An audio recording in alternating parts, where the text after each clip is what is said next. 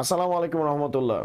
আজকের ক্লাসে আমি ক্লাস 7 এর যে সকল এমসিকিউ গুলো আপনাদের পরীক্ষার জন্য গুরুত্বপূর্ণ এবং যে সকল নোটস গুলো আপনাদের পরীক্ষার জন্য গুরুত্বপূর্ণ সে সকল বিষয়গুলো নিয়ে আলোচনা করব। এটাকে আপনি একটা সাজেশন ক্লাস হিসেবে ধরতে পারেন এবং ইনশাআল্লাহ এর বাইরে আপনাদের কোনো কিছুই আশা রাখি আসবে না। ওকে, আমরা শুরু করছি। তো অধ্যায় 1-এ অর্থাৎ ICT in our daily life, বা আমি যদি সহজ কথায় বলি যে information and communication technology in our life, daily life. তো এই চ্যাপ্টারটা থেকে কোন এমসিকিউ গুলো আপনাদের জন্য গুরুত্বপূর্ণ, যেমন এই এমসিকিউটা আপনাদের জন্য খুবই গুরুত্বপূর্ণ। এই এমসিকিউটা আপনাদের জন্য খুবই গুরুত্বপূর্ণ। 8 নাম্বারটা, বিজনেস উইক হলো একটা ম্যাগাজিন। তারপরে হচ্ছে মানুষ ও কম্পিউটারের মধ্যে পার্থক্য কোথায়, এটা হচ্ছে চিন্তা ও বুদ্ধিতে, এটা ইম্পর্টেন্ট। তারপরে এই 10 নাম্বারেরটা ইম্পর্টেন্ট, বাংলাদেশে কত সালে প্রথম কাগজবিহীন ভর্তি প্রক্রিয়া শুরু হয়, এটার অ্যান্সার হবে 2009 সাল। বাংলাদেশে অনলাইন ভর্তি প্রক্রিয়া উদ্বোধন হয় কবে, এটাও একটা ইম্পর্টেন্ট। এই সকল হিস্ট্রিক্যাল যে কোশ্চেন গুলো থাকে এগুলো ইম্পর্টেন্ট, এখান থেকে একটা না একটা এমসিকিউ আসেই। তারপর বাংলাদেশে ভোট গ্রহণের ক্ষেত্রে কোন যন্ত্রটি ব্যবহার করা হচ্ছে, ইভিএম, এটাও important. Electronic voting machine, EVM, এটা প্রায় সময় পরীক্ষায় কিন্তু এভাবেও থাকতে পারে যে ইভিএম এর পূর্ণরূপ কি। তারপর হচ্ছে ভার্চুয়াল অফিসের ধারণা নিয়ে প্রথম কখন আলোচনা হয়, এটাও কিন্তু একটা ইম্পর্টেন্ট এমসিকিউ আসতে পারে, মানে পরীক্ষায় আসতে পারে এটা। তারপরে হচ্ছে কত সালে প্রথম ভার্চুয়াল অফিসে কাজ শুরু হয়, ঠিক আছে, কাজ শুরু করে, এটা একটা ইম্পর্টেন্ট এমসিকিউ, এটাও আপনি দেখতে পারেন 1994 সালে। এগুলোর উত্তর দেওয়া আছে, আমি উত্তরগুলো বলছি না, এগুলো আপনারা পিডিএফ গুলো পেয়ে যাবেন আপনাদের ড্যাশবোর্ডে, তো ওইখান থেকে আপনারা উত্তরগুলো দেখতে পারবেন। তো আমি জাস্ট বলতেছি কোন কোন এমসিকিউ গুলো আপনাদের জন্য ইম্পর্টেন্ট হতে পারে, ঠিক আছে। তারপর এরকম টাইপের একটা এমসিকিউ আসতে পারে যে 15 নম্বরে বলা আছে যে সশরীরে কেউ অফিসে নেই কিন্তু কাজকর্ম চলছে এরকম অফিসের নাম কি, ভার্চুয়াল অফিস আসতে পারে, ঠিক আছে। তারপর হচ্ছে ভার্চুয়াল অফিসের উদাহরণ কোনটি, এটি ইম্পর্টেন্ট, এই এমসিকিউটি ইম্পর্টেন্ট, সেটা হচ্ছে কল সেন্টার। ওকে, তো এটা আবার রিপিট হয়েছে, এটা লাগবে না, এটাও আমরা বলছি অলরেডি। তারপরে হচ্ছে এটা ইম্পর্টেন্ট যে বাসায় বসে অফিসের কার্যক্রম করে আনন্দ ও টাকা উপার্জন করার জন্য কম্পিউটার ও ইন্টারনেট সংযোগ ছাড়া আর কি প্রয়োজন বলে মনে করো তুমি মনে করো।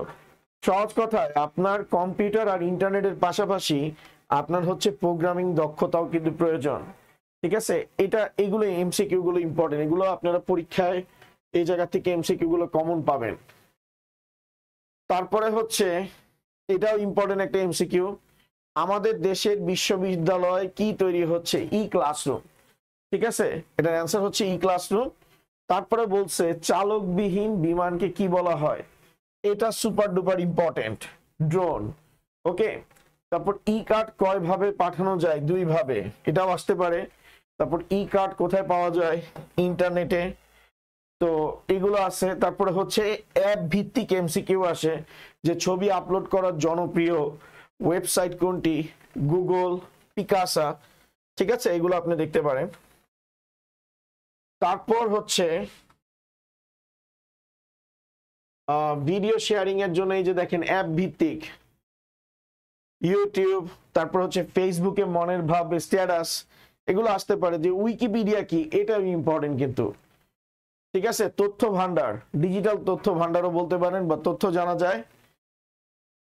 তো এই এক দেশ থেকে অন্য দেশে, এগুলো আপনাকে না পড়াইলেও আপনি পারবেন, ফেসবুকের থ্রুতে পাওয়া যায়।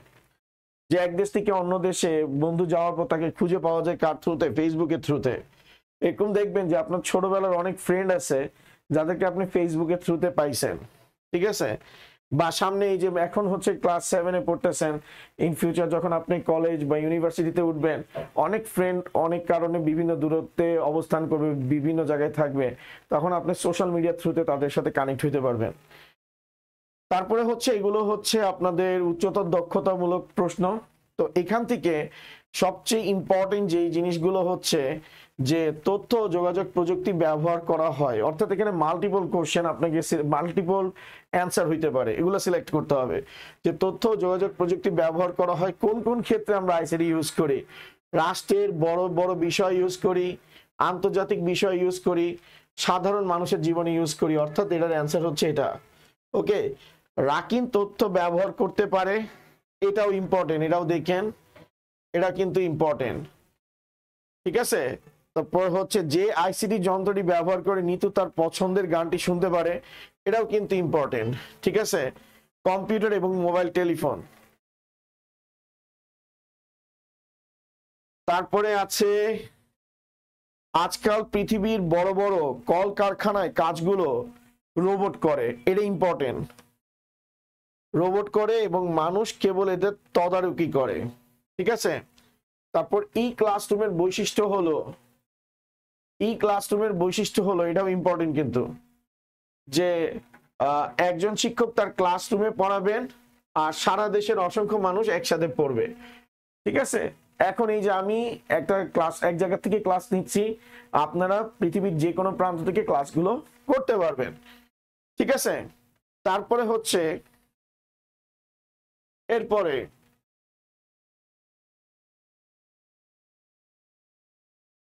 রুমি একটি বিদেশি কোম্পানিতে চাকরি করে। চাচাতো বোনের বিয়েতে যোগ দিতে সে খুলনায় এসেছে, কিন্তু দিনের বেশিরভাগ সময় সে তার ল্যাপটপে বসে কাজ করে। প্যাসেজ পড়ে আপনি মোটামুটি ধারণা করছেন যে এটা কি হইতে পারে। যেমন এখন কোশ্চেন জিজ্ঞেস করলে আপনি আরো ক্লিয়ার হবেন। রুমি কোন ধরনের অফিসে কাজ করে, এটা কিছুক্ষণ আগে আপনারা পড়ে আসছেন, ভার্চুয়াল অফিস। তারপরে হচ্ছে উক্ত প্রতিষ্ঠানে কাজ করার মধ্য দিয়ে রুমির চরিত্রের বৈশিষ্ট্যগুলো ফুটে উঠেছে। কি, রুমি যে কোনো জায়গা থেকে কাজ করতে পছন্দ করে, দ্যাট মিনস সে হচ্ছে ব্যক্তি স্বাধীনতা চায়, সে কোনো জায়গায় মনে করেন আবদ্ধ থেকে কাজ করতে চায় না। ঠিক আছে, যে হচ্ছে যে পৃথিবীর যে কোনো প্রান্ত থেকে অফিস করে, যেটাকে আমরা বলি যে আউটসোর্সিং বা ফ্রিল্যান্সিং। ঠিক আছে, যে অফিস ফ্রম হোম, যে এই কনসেপ্টে যারা বিশ্বাসী তারা আসলে স্বাধীনতাটাকে পছন্দ করে, যে সে তার এনভায়রনমেন্টটাকে পছন্দ করে। তারপরে হচ্ছে সে বৃহৎ পরিসরে কাজ করতে আগ্রহী। বৃহৎ পরিসরে মানে কি, যে সে চিন্তা করে যে আমি এক সময় ধরেন সকালে এই অফিসে কাজ করব, দুপুরে ওই অফিসে কাজ করব, বিকালে ওই অফিসে কাজ করব। তার মানে তার কনসেপ্টটা অনেক বড়, যে একটা জায়গায় কাজ করবে, সে মাল্টি ডাইমেনশনাল কাজ করবে। তো সেজন্য এটার অ্যান্সার হবে 1 আর 3। তো এই এমসিকিউ গুলো অধ্যায় 1 থেকে সুপার ডুপার ইম্পর্টেন্ট। ঠিক আছে, এবার আমরা শর্ট কোশ্চেন গুলো দেখি। শর্ট কোশ্চেনের ভিতর এগুলো আপনারা পারেন, এগুলো না বললেও চলবে। যেমন স্যার দেখেন, আমাদের ব্যক্তি জীবনে তথ্য ও যোগাযোগ প্রযুক্তি কিভাবে ব্যবহৃত হচ্ছে, এটা আমার বলার কোনো দরকার নাই, এটা আপনি খুব সুন্দরভাবে লিখতে পারবেন। ঠিক আছে, এখনকার পোলাপাইন এগুলো লিখতে পারে। আপনাদের জন্য এই কোশ্চেনটা খুবই ইম্পর্টেন্ট, জিপিএস কি, এর ব্যবহার সম্পর্কে লিখো, এটা আসবেই আপনাদের ক্লাস পরীক্ষায়, গ্যারান্টি থাকেন। ঠিক আছে, জিপিএস হচ্ছে তথ্য ও যোগাযোগ প্রযুক্তির একটি উপকরণ বা একটা ফিচার আপনি বলতে পারেন। এটা স্যাটেলাইটের থ্রুতে আপনার লোকেশন ডিটেক্ট করে, এবং আপনি এই যে গুগল ম্যাপ ইউজ করেন, তারপরে ফুড পান্ডা, তারপরে বিভিন্ন রাইড শেয়ারিং, এই সবগুলো হচ্ছে জিপিএস ইউজ করে। এটার মাধ্যমে আপনাকে ট্রেস করা যায়, আপনার লোকেশন ট্রেস করা যায়। আপনি হোয়াটসঅ্যাপ বলেন, ফেসবুক বলেন, এগুলো চালানোর সময় আপনার জিপিএস অন করতে হয়, বিকাশ বলেন জিপিএস অ্যাক্টিভেট করতে হয়। ওকে, অদূর ভবিষ্যতে এমনও হইতে পারে যে আপনার গার্ডিয়ান আপনাকে ট্রেস করার জন্য আপনাকে একটা স্পেশাল ব্যাগ গিফট করলো, বা স্পেশাল একটা পেন গিফট করলো, বা একটা স্পেশাল জুতা গিফট করলো, যেটা আপনি পরবেন, ঘুরবেন, কিন্তু সে আপনাকে ডিটেক্ট করতে পারবে আপনি কই যাইতেছেন। তো এটাও হইতে পারে। ঠিক আছে, যে গার্ডিয়ানরা তো এখন হচ্ছে, আপনারাও স্মার্ট হচ্ছেন, গার্ডিয়ানরাও স্মার্ট হবে। ওকে, তারপরে হচ্ছে আরেকটা ইম্পর্টেন্ট টপিক হচ্ছে এই চ্যাপ্টার থেকে, সেটা হচ্ছে ই বুক রিডার। আর ই চিকিৎসা কেন্দ্র বলতে কি বুঝো? তো ই বুক রিডার হচ্ছে কি, যে একসাথে অনেকগুলো বই আপনি ক্যারি করতে পারবেন না, বাট আপনি হচ্ছেন বুকগুলোকে যদি পিডিএফ আকারে থাকে আপনার মোবাইলে ক্যারি করতে পারবেন, এবং যখন খুশি তখন দেখতে পারবেন। তো এখনকার দিনে আস্তে আস্তে করে ই বুকের কিন্তু পপুলার হয়ে উঠতেছে।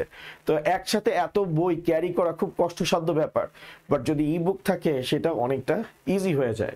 ঠিক আছে, তারপরে হচ্ছে ই চিকিৎসা কেন্দ্র, এটা হচ্ছে টেলিমেডিসিনের পার্ট, অর্থাৎ আপনি ইন্টারনেটের থ্রুতে, ঠিক আছে, ইন্টারনেটের থ্রুতে আপনি হচ্ছেন এই টেলিমেডিসিন সেবা মানুষকে দিতে পারবেন এবং মানুষকে আপনি চিকিৎসা সেবা সেই সকল অঞ্চলে প্রোভাইড করতে পারবেন যে সকল অঞ্চলে মানুষের যাওয়া সম্ভব হয়নি। ঠিক আছে, তো ই চিকিৎসা কেন্দ্র নিয়ে এখানে চমৎকার ভাবে নোটটা দেওয়া আছে, সেটা একটু পড়বেন। ওকে, যে এখানে হচ্ছে ই চিকিৎসা কেন্দ্র মানে কি, এমন একটা জায়গা যেখানে হচ্ছে ওয়েবসাইটের ঠিকানা আছে, অর্থাৎ আপনি ইন্টারনেট থাকলে আপনি হচ্ছেন সেখান থেকে ডাক্তারদেরকে কি করতে পারবেন, লিস্ট দেখতে পারবেন। যেমন এরকম একটা এক্সাম্পল আমরা দিতে পারি, ডক্টর ওয়ালা দিতে পারি, তারপর হচ্ছে আমরা প্রাভা হেলথ দিতে পারি।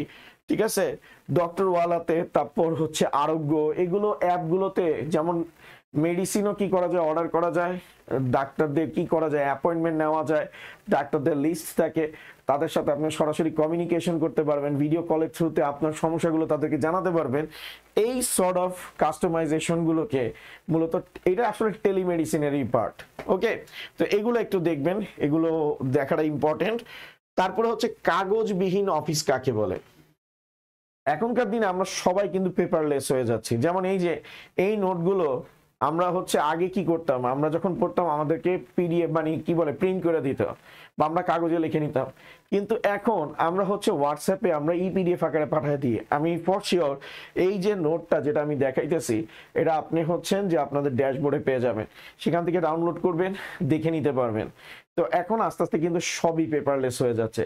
ইনফ্যাক্ট আমরা কিন্তু পেমেন্টও হচ্ছে পেপারলেস, লাইক হচ্ছে হলো গিয়ে যে টাকা আগে আমরা কাগজের টাকা দেখতাম, এখন কিন্তু বিকাশ, নগদ, rocket, credit card, debit card, এভাবে করে আমরা আমাদের ট্রানজাকশন গুলো করি। ঠিক আছে, ওকে। আর আরেকটা জিনিস বলতে আমি ভুলে গেছি, সেটা একটু বলি। এখন কিন্তু গাড়িতেও জিপিএস আমরা ইউজ করি, যে মডার্ন গাড়িগুলো আছে সেগুলোতে জিপিএস ইউজ করা হয়। এটা একটা আইওটি ফিচারকে এনাবল করে, ইন্টারনেট অফ থিংস।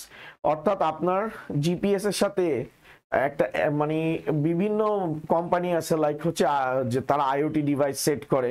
যেমন রবি হচ্ছে রিসেন্টলি আমি আমার এক কলিগের গাড়িতে দেখছি যে সে হচ্ছে এই আইওটি প্রোডাক্টটা অ্যাড করছে, যেটা থ্রুতে ট্রেস করা যায় গাড়ি কোথায় যাচ্ছে।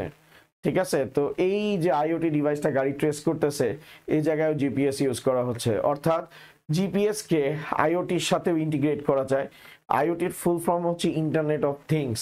এই জিনিসটা খুবই ট্রেন্ডিং অ্যান্ড হ্যাপেনিং একটা টপিক আইসিটির, যেটা সামনের দিনগুলোতে আপনারা জানতে পারবেন। অর্থাৎ ইন্টারনেটের মাধ্যমে সব জায়গায় আপনি উপস্থিত থাকতে পারবেন অ্যাট এ টাইমে, আপনি টাইম ট্রাভেল করবেন ডক্টর স্ট্রেঞ্জের মতো। ওকে স্যার, অ্যাভেঞ্জার্স যদি দেখে থাকেন, টাইম ট্রাভেল, যে আপনি যে কোনো সব জায়গায় পৌঁছাতে পারবেন, আগে পরে সব জায়গায় পৌঁছাতে পারবেন থ্রু কি ইন্টারনেট। আমরা তো তাই করি, পুরান জিনিসগুলো আমরা কি ইন্টারনেটের থ্রুতে অ্যাক্সেস করতে পারি না? যে আপনি ধরেন এখন ছবি দিতেছেন, ছবিগুলো ফেসবুকে আপলোড করতেছেন, 10-15 বছর পর আপনি আপনার ওই ছবিগুলো দেখে আপনি নস্টালজিক হয়ে যাবেন। দ্যাট মিনস আমরা লিটারালি টাইম ট্রাভেল করতেছি, আমরা অতীতেও যাইতেছি, আমরা হচ্ছে বর্তমানেও আছি।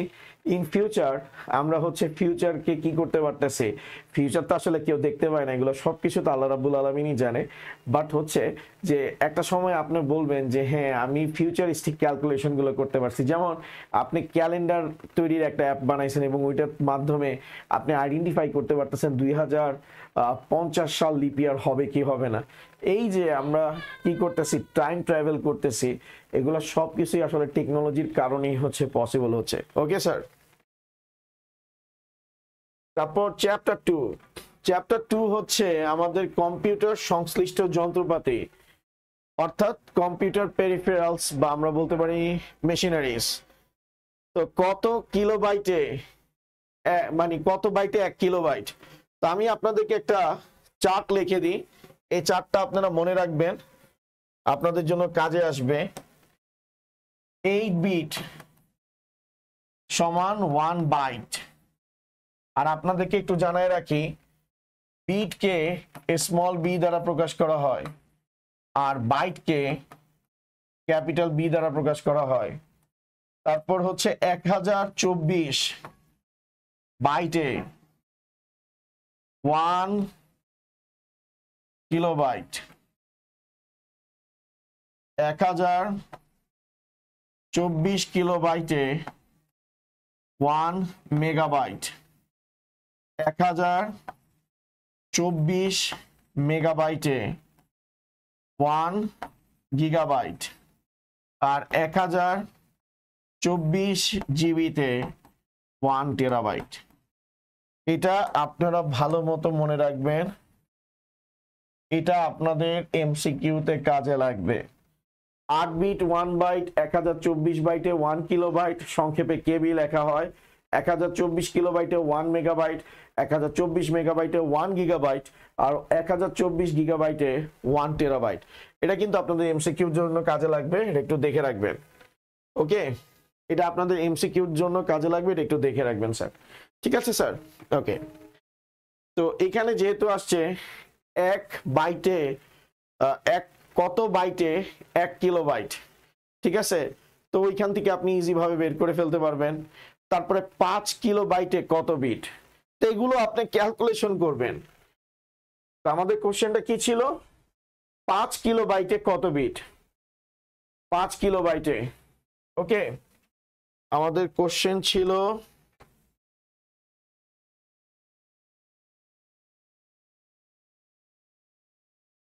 5 কিলোবাইট।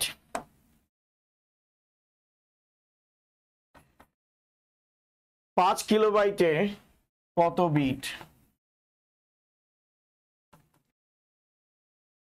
কত বিট? তো আমরা যদি করি 5 ইন্টু 1 কিলোবাইট, তো 5 ইন্টু 1024 বাইট। এই যে দেখেন 1024 বাইটে 1 কিলোবাইট, তার মানে আমরা 1 কিলোবাইট সমান কি লিখতে পারি, 1024 বাইট লিখতে পারি। এখন 5 into 1024 into 1 byte, 5 into 24 1 byte, 1 byte সমান কত বিট, 8 বিট। তাহলে আমরা 8 বিট। আমরা যদি ক্যালকুলেশন করি, সেটা হচ্ছে 5 ইন্টু 1024 ইন্টু 8, আমাদের আসতেছে 40960 বিট। আপনারা এভাবে করে ক্যালকুলেশন গুলো বের করে নিতে পারবেন, কখনোই ক্যালকুলেশনে ভুল হবে না ইনশাল্লাহ। ঠিক আছে, ওকে।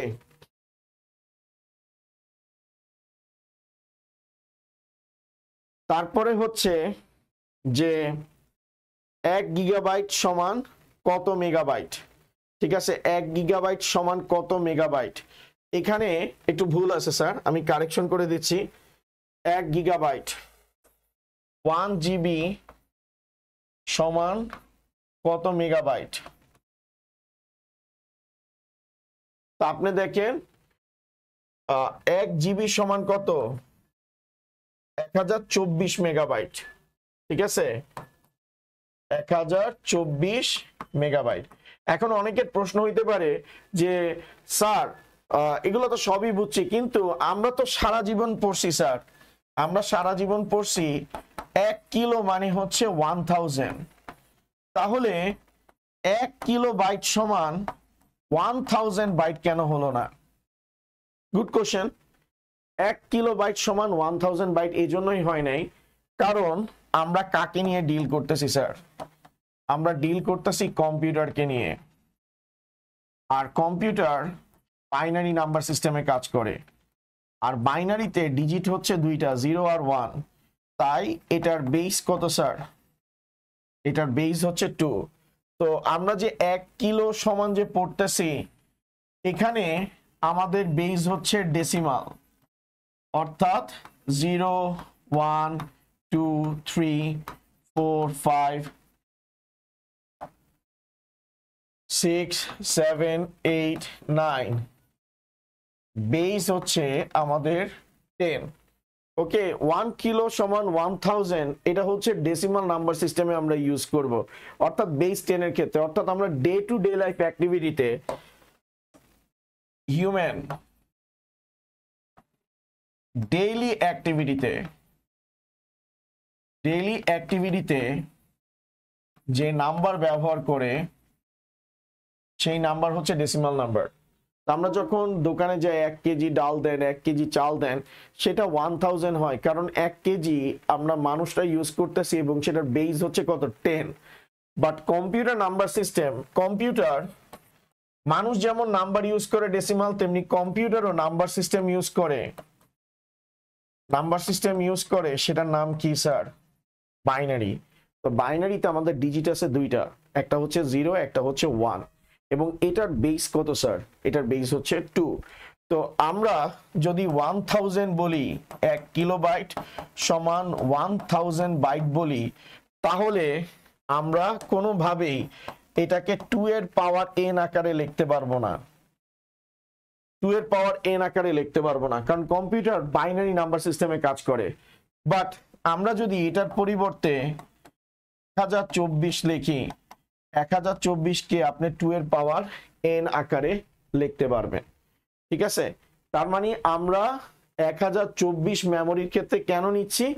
একটাই কারণ কম্পিউটার বাইনারিতে কাজ করে, আর বাইনারির ভিত্তি হচ্ছে 2।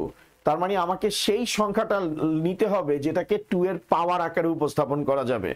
তাই সবসময় মনে রাখবেন 1 কিলোবাইট সমান কখনো 1000 ধরা যাবে না। ওকে, আই হোপ আপনারা বুঝতে পারছেন।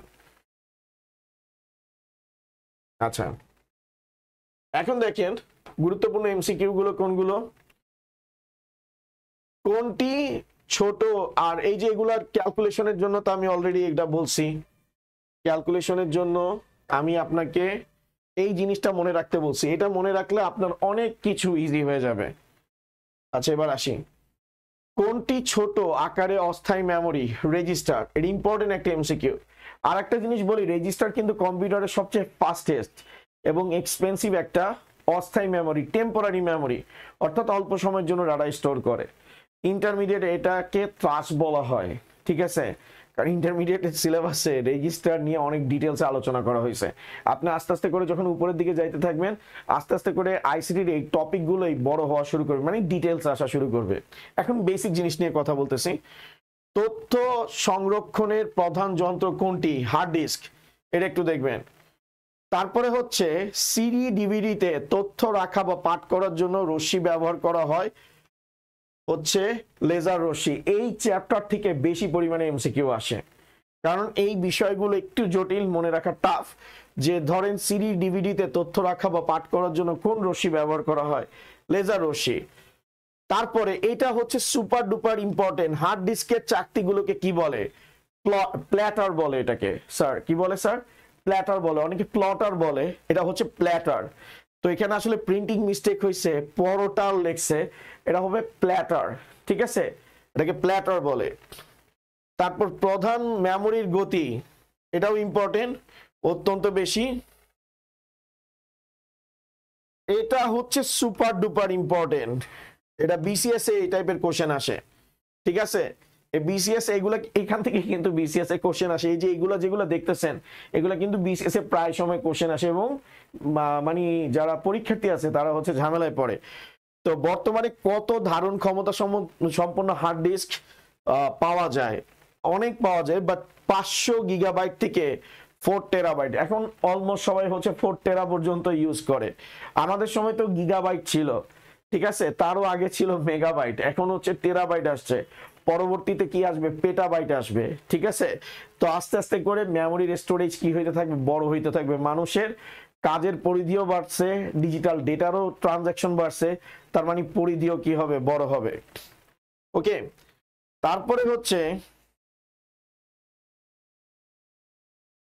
মাদার বোর্ডে কাজ করার ক্ষমতা ও বৈশিষ্ট্য কিসের উপর নির্ভর করে? এটা ইম্পর্টেন্ট, চিপসেটের উপর। তারপর ইন্টিগ্রেটেড সার্কিট দিয়ে কি তৈরি? প্রসেসর, বা এইভাবেও আসতে পারে প্রসেসর কি দিয়ে তৈরি? ইন্টিগ্রেটেড সার্কিট দিয়ে তৈরি। কম্পিউটারের, এগুলো সব ইম্পর্টেন্ট, এখানে যা যা এমসিকিউ সিলেক্ট করা হয়েছে সবগুলোই আপনাদের জন্য ইম্পর্টেন্ট স্যার। কম্পিউটারের সকল নিয়ন্ত্রণমূলক কাজ কোন অংশের মাধ্যমে সম্পন্ন হয়? কন্ট্রোল ইউনিট বা নিয়ন্ত্রণ অংশের মাধ্যমে। রেজিস্টার স্মৃতি কাজ কি? ঠিক আছে, রেজিস্টারের স্মৃতির কাজ কি?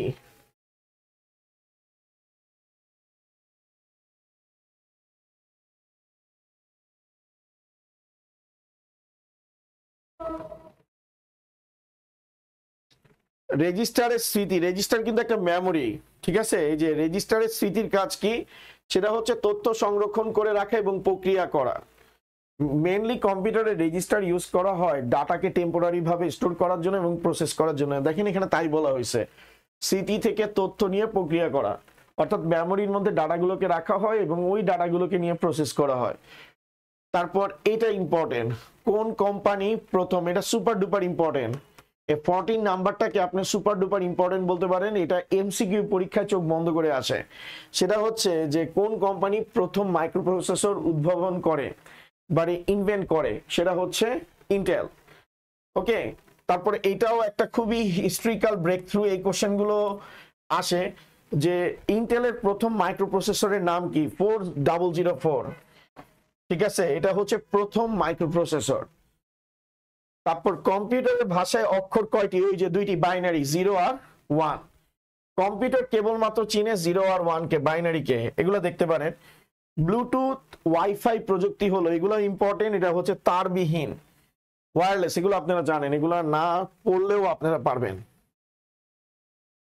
মোবাইল ফোনের পর্দায় যে ছবি দেখানোর কাজটি করে তাকে গ্রাফিক্স কার্ড বলে, অর্থাৎ গ্রাফিক্স কার্ডটা হচ্ছে মোবাইলের ডিসপ্লে এগুলো কন্ট্রোল করে, সবকিছুতেই এখন চলে আসে, ঠিক আছে। যেমন কম্পিউটারে আমরা জিপিইউ ইউজ করি আপনাদের গেম খেলার ক্ষেত্রে, আমি জানি আপনাদের মধ্যে অনেকে গেমার আছে।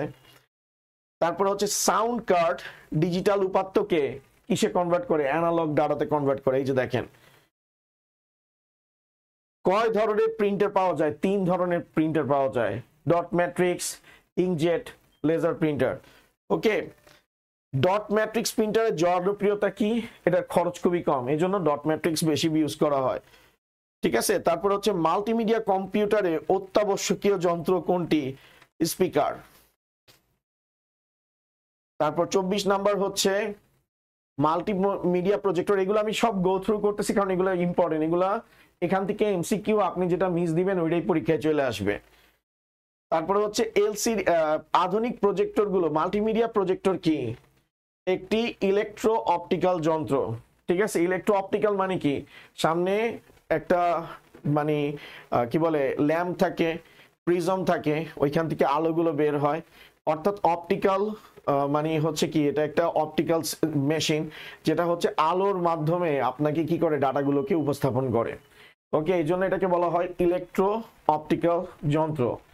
আধুনিক প্রজেক্টর গুলো ত্রিমাত্রিক, এই যে আপনি স্টার সিনেপ্লেক্স এগুলোতে যে 3D মুভিগুলো দেখেন, ওগুলো যে প্রজেক্টর গুলো ইউজ করে সেগুলো সবই হচ্ছে 3D। ওকে, এলসিডি প্রজেক্টরের ল্যাম্প কত ঘন্টা ব্যবহারের পর পরিবর্তন করতে হয়, এটা প্রজেক্টর টু প্রজেক্টর ডিফার করে, ঠিক আছে।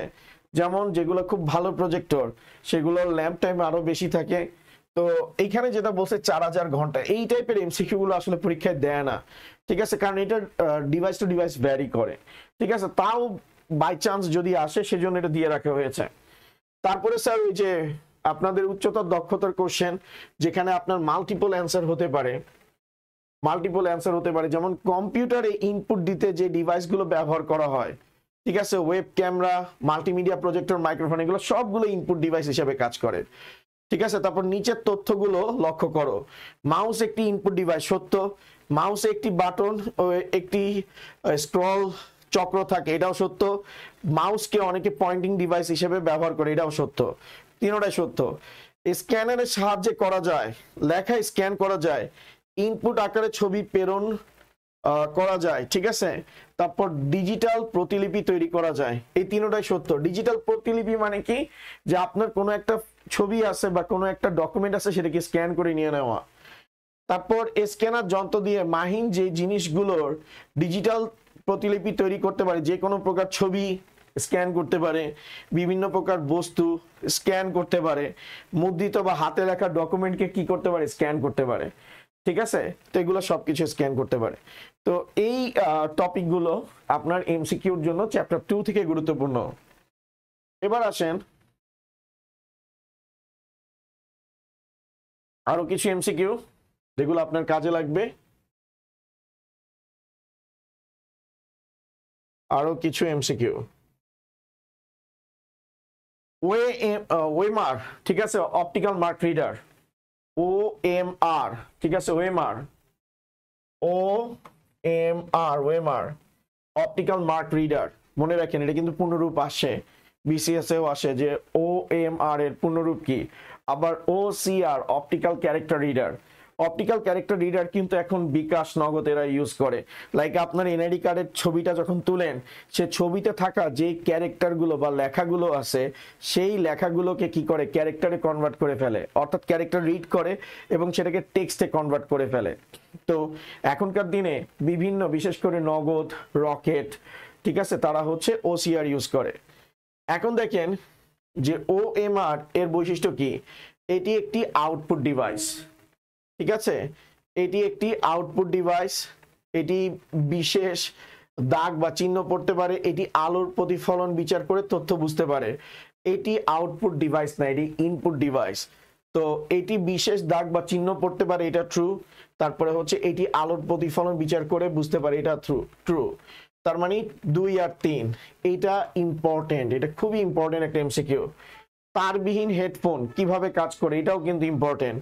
ব্লুটুথ প্রযুক্তিতে কাজ করে আর ওয়াইফাই প্রযুক্তিতে কাজ করে। 1 আর 2 হচ্ছে অ্যান্সার।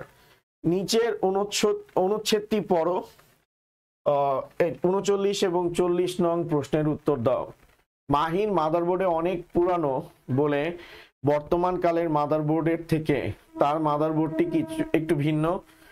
বর্তমান কালে মাদারবোর্ডের সাথে র্যাম ছাড়া অন্যান্য কার্ড স্থায়ীভাবে সংযোজিত অবস্থায় থাকে, তাই পূর্বের তুলনায় এখন অনেক কম খরচে কম্পিউটার নির্মাণ করা সম্ভব। আধুনিক মাদারবোর্ডে মাহি নিচের কোন ডিভাইসটি লাগানোর স্লট অবশ্যই দেখতে পাবে?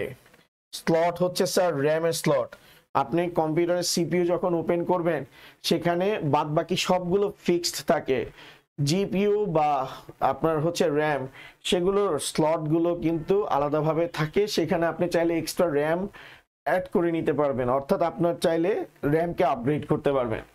উক্ত মাদারবোর্ডের আবিষ্কার আমাদের প্রদান করেছে কি? দ্রুত কাজ করার সুবিধা, নির্ভুলভাবে কাজ করার সুবিধা, কম মূল্যে কম্পিউটার ক্রয়ের সুবিধা। এখন মাদারবোর্ডে সবকিছু যেহেতু ফিক্সড থাকে অলমোস্ট, সেজন্য দাম তুলনামূলকভাবে কম, কিন্তু আমি তো আসলে দেখি না দাম কোন জায়গা দিয়ে কম। তো বইতে লেখছে, হয়তো যেই ভদ্রলোক বই লেখছে তিনি জানে যে কম টাকায় তিনি কম্পিউটার কিনতে পারছে, বাট এখনকার দিনে আমার কাছে মনে হয় না কম্পিউটারের মার্কেট বাংলাদেশে এখনো চিপ হয়েছে। আচ্ছা যাই হোক, এই ধরনের কথা বলছি কে মনে রাখেন না, আমি জানি না এই ধরনের কথাবার্তা আমি কেন বলি। আচ্ছা এবার আসেন অতিরিক্ত বা সংক্ষিপ্ত প্রশ্নপত্র অধ্যায় 2 থেকে। তো ইনপুট ডিভাইস কাকে বলে? 5টি ইনপুট ডিভাইসের নাম বলেন, এগুলো আপনারা সবাই পারেন, ঠিক আছে। কিবোর্ড, মাউস, মাইক্রোফোন, তারপর হচ্ছে স্ক্যানার, তারপর হচ্ছে ডিজিটাল ক্যামেরা, এক্সেট্রা, এগুলো আপনারা লিখতে পারবেন। তারপরে হচ্ছে র্যাম আর রমের পার্থক্য দেখবেন স্যার, এটা ইম্পর্টেন্ট আপনাদের জন্য। র্যাম আর রমের পার্থক্য, র্যাম হচ্ছে র্যান্ডম অ্যাক্সেস মেমোরি আর রম হচ্ছে রিড অনলি মেমোরি। র্যাম হচ্ছে র্যান্ডম, আমি এখানে লিখে দিই, র্যাম হচ্ছে র্যান্ডম অ্যাক্সেস মেমোরি, এটার পূর্ণরূপও আসতে পারে অ্যাক্সেস মেমোরি। আর রম হচ্ছে রিড অনলি মেমোরি।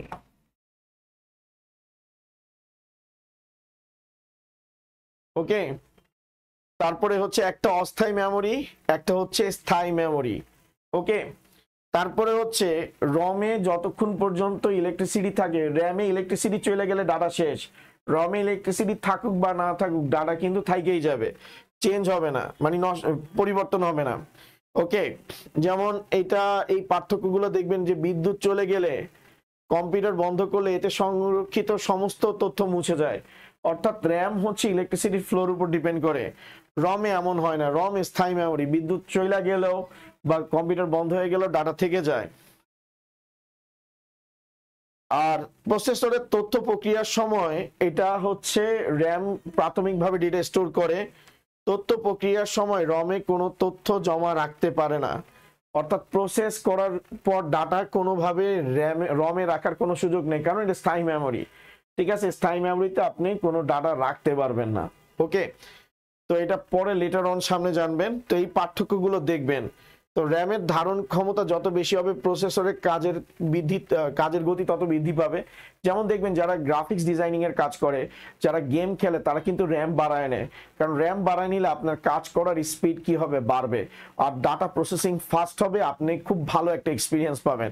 তো দেখবেন যে অনেকে গেম খেলার সময় যে ফিফা খেলতেছেন, কিক মারতেছেন স্লো মোশনে, এমনি স্লো মোশনে যাইতেছে, ঠিক আছে, হাতটা স্লো মোশনে যাইতেছে।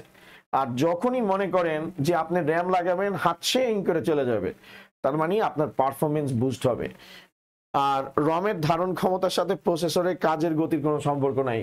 অর্থাৎ রম হচ্ছে বেসিক জিনিস, ইনফরমেশন ক্যারি করে। যেমন আপনি সকাল থেকে ঘুমের থেকে উঠলে কিন্তু আপনি ভুলা যান না যে আপনার হচ্ছে কি বলে যে নাম কি, আপনি কই থাকেন, কিন্তু সকালবেলায় ঘুম থেকে উঠলে কে আপনার কাছে টাকা পায় আপনি ওটা কিন্তু ভুলা যান, ইনফ্যাক্ট টাকা নেওয়ার পরই ভুলা যান। তো এই যে টাকা নেওয়ার পর ভুলা যাইতেছেন, এটা হচ্ছে র্যাম। আমি আপনার মজা করে বলতেছি। আর মনে করেন টাকা মানে আপনার নাম কি, আপনার বাবার নাম কি, এগুলো আপনি সব সময় মনে রাখতে পারেন, এগুলোকে রম বলে। যেমন আমি যদি বলি বায়োস, কম্পিউটারে বায়োস হচ্ছে কি আমাদের একটা ROM, basic input and output system, basic output and input system, ঠিক আছে, ওকে। এই তারপর আপনারা আর যেটা দেখবেন, প্রসেসরের ভাষা এবং মানুষের ভাষার পার্থক্য লিখো। প্রসেসরের ভাষা হচ্ছে বাইনারিতে কাজ করে, 0 আর 1-এ। আর মানুষের ভাষা হচ্ছে ন্যাচারাল ল্যাঙ্গুয়েজ। এটা মনে রাখবেন, মানুষের ভাষাকে কিন্তু ন্যাচারাল ল্যাঙ্গুয়েজ বলে, হিউম্যান ল্যাঙ্গুয়েজ, এটাকে হচ্ছে ন্যাচারাল ল্যাঙ্গুয়েজ বলে।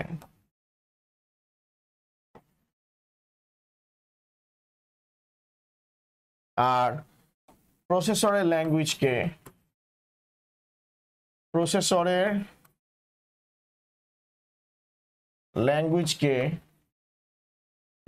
ল্যাঙ্গুয়েজকে স্যার বলা হয় হলো গিয়ে আমাদের কি বলে বাইনারি, 0 আর 1, এটার অপর নাম হচ্ছে কি মেশিন ল্যাঙ্গুয়েজ,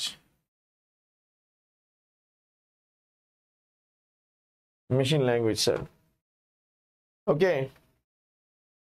প্রসেসরের ভাষা শুধু কম্পিউটার প্রোগ্রামাররা বুঝতে পারে, মানুষের ভাষা সবাই বুঝতে পারে। যেমন আপনি আমার ভাষা কিছুই বুঝতেছেন না, তাই বলে কি আমি কি প্রোগ্রামার? আসলে না, এমনি মজা করছি। আমি যা বলতেছি এগুলো আপনি বুঝতে পারতেছেন, বাট 0 আর 1 এই ভাষাগুলো হচ্ছে প্রসেসর বুঝতে পারবে, বা প্রোগ্রামার বুঝতে পারবে যে 0 মানে কি, 1 মানে কি, ঠিক আছে। প্রসেসরের ভাষা সহজবোধ্য নয়, এটা কমপ্লেক্স। মানুষের ভাষা কি ফ্লেক্সিবল, সহজ, ইজি টু আন্ডারস্ট্যান্ড। তারপর প্রসেসরের ভাষা বোঝার জন্য প্রোগ্রাম বা সফটওয়্যারের প্রয়োজন হয়, মানুষের ভাষা বোঝার জন্য সফটওয়্যারের প্রয়োজন হয় না। বাট এখনকার দিনে আমরা কিন্তু সফটওয়্যার ইউজ করতেছি, ঠিক আছে। আমরা যে কথাবার্তাগুলো বলতেছি, ওই যে আগে তো টেক্সট করে পাঠাইতাম হোয়াটসঅ্যাপে, মামা তুই কেমন আছিস, কই আছিস, এখন তো ডিরেক্ট ভয়েস মেসেজ দিয়ে যে ডটের বাচ্চা তুই কই, ঠিক আছে, ওকে, যাই হোক। তারপর হচ্ছে প্রসেসরের ভাষা মানুষের তৈরি, মানুষের ভাষা সময়ের বিবর্তনে প্রাকৃতিকভাবে সৃষ্টি, অর্থাৎ আল্লাহ রাব্বুল আলামিন সৃষ্টি করছে। পৃথিবীতে যত ভাষা আছে সব ভাষা আল্লাহ রাব্বুল আলামিন সৃষ্টি করছে। কম্পিউটারের ভাষা সৃষ্টি করছে মানুষ, ওইটাও ডিরেক্টলি ইনডিরেক্টলি আল্লাহ রাব্বুল আলামিন সৃষ্টি করছে পৃথিবী, কারণ পৃথিবীতে যত ভাষা আছে সকল ভাষা আল্লাহ রাব্বুল আলামিন জানে। যাই হোক, ওকে। তো এই হচ্ছে অধ্যায় 2 থেকে আপনারা পড়বেন। এবার আসা যাক অধ্যায় 3-এ। অধ্যায় 3 হচ্ছে ওয়ার্ড প্রসেসিং। ওয়ার্ড প্রসেসিং এটা মেইনলি প্র্যাকটিক্যাল। তো যারা ওয়ার্ড প্রসেসিং খুব ভালো মতো, ওয়ার্ড প্রসেসিং পরে আসবে আপনাদের চ্যাপ্টার 4-এ মেবি আসবে। নিরাপদ ও নৈতিক ব্যবহার মানে কম্পিউটার এথিক্স আমরা যদি বলি, সেফ অ্যান্ড মোরাল ইউসেস, সহজ কথায় এথিক্স, যে ইন্টারনেটে কি করা অনুচিত, অশালীন আচরণ করা অনুচিত, কিন্তু আমরা এটা বেশি করি। যেমন আমি লাইভ ক্লাস নেওয়ার সময় পাবলিক এসে অনলাইনে আমাকে জিজ্ঞেস করে যে ভাই চিকন পিনের চার্জার হবে, তখন আমি বলি না ভাই চিকন পিনের চার্জার হবে না, চ্যাপ্টার পিনের চার্জার হবে। ওকে, গালাগালিও করে, ওগুলো আমি ইগনোর করি। প্রথম খারাপ লাগতো, বাট এখন তেমন লাগে না। ঠিক আছে, কারণ ওই ব্যক্তিরা যখন গালাগালি করে তখন ওই যে নিজে কখনো ওই জায়গাটাতে বুঝতেই পারে না যে আসলে গালি দেওয়াটা জিনিসটা খারাপ, দেখতে দৃষ্টিকটু লাগে। আচ্ছা যাই হোক, কোন ধরনের ওয়েবসাইট আমাদের দেখা উচিত নয়? বিপজ্জনক ওয়েবসাইট। ঠিক আছে, বিপজ্জনক ওয়েবসাইট কি সেটা নিয়ে বিস্তারিত পরে একদিন আলোচনা করব। 3 বছর বয়সী ইলা কার্টুনের প্রতি প্রচন্ড আসক্ত, এই কারণে তার কোন সমস্যাটি হতে পারে?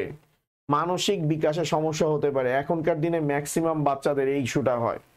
ঠিক আছে, মোবাইলে আসক্ত যখন থাকে দেখা গেছে কথাবার্তা দেরিতে বলে, যে কথাবার্তা দেরিতে বলার প্রধান কারণই হচ্ছে যে মোবাইলে আসক্ত বা ডিজিটাল মিডিয়ার সাথে সবসময় কানেক্টেড থাকে। তো এই জন্য বাচ্চাদেরকে আসলে বাচ্চাদের সাথে কথা বলা উচিত, তাদেরকে হচ্ছে বাইরে নিয়ে যাওয়া উচিত।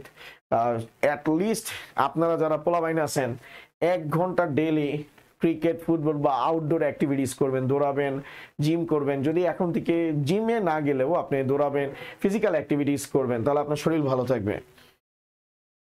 বর্তমান সময়ে কোনটি আসক্তির আওতাভুক্ত? কম্পিউটার ব্যবহার, অতিরিক্ত কম্পিউটার ব্যবহার করা।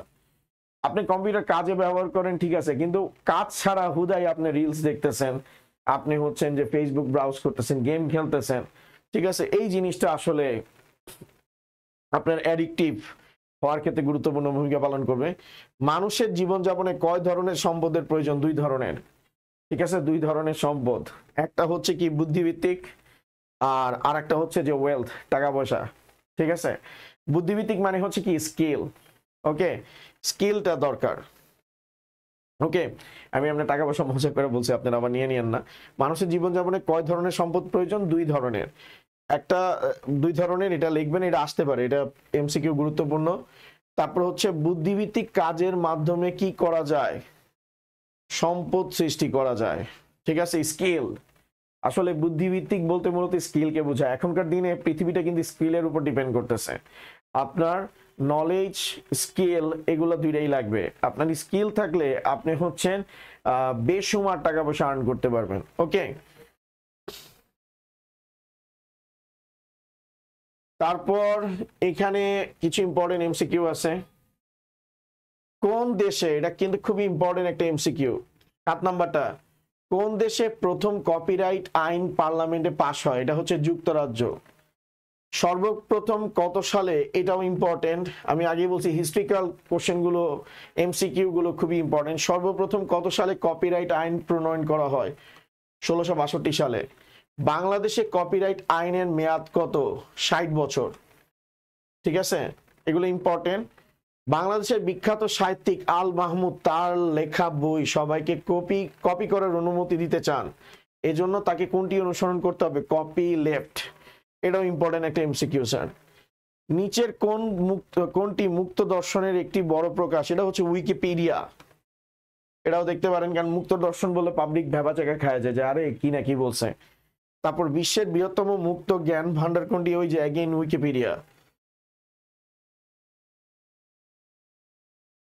আচ্ছা দেখেন, মুক্ত দর্শনের আওতায় যে কম্পিউটার সফটওয়্যারগুলো প্রকাশিত হয় সেগুলোকে কি বলা হয়?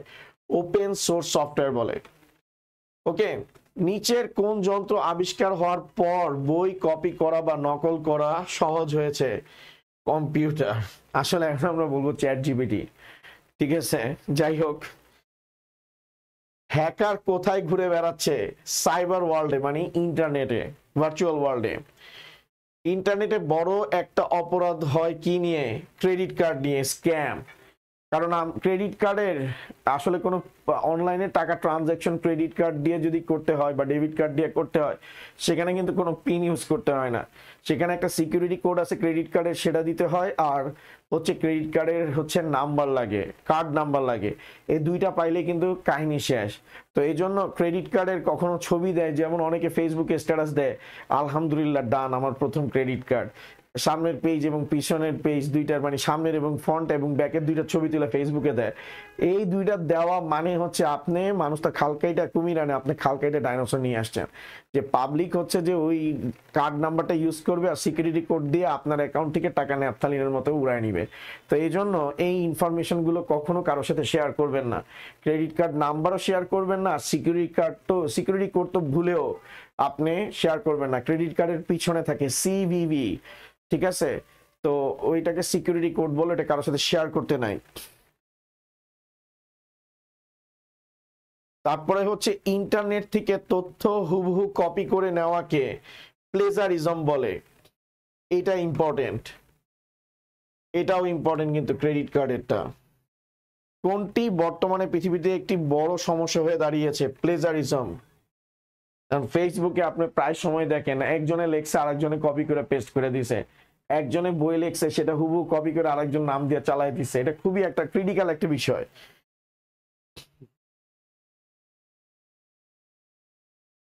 আচ্ছা, প্লেজারিজমের কারণে সাংবাদিক ফরিদ জাকারিয়াকে তার দায়িত্ব থেকে অব্যাহতি দেওয়া হয়। তিনি কোন দেশের অধিবাসী ছিলেন?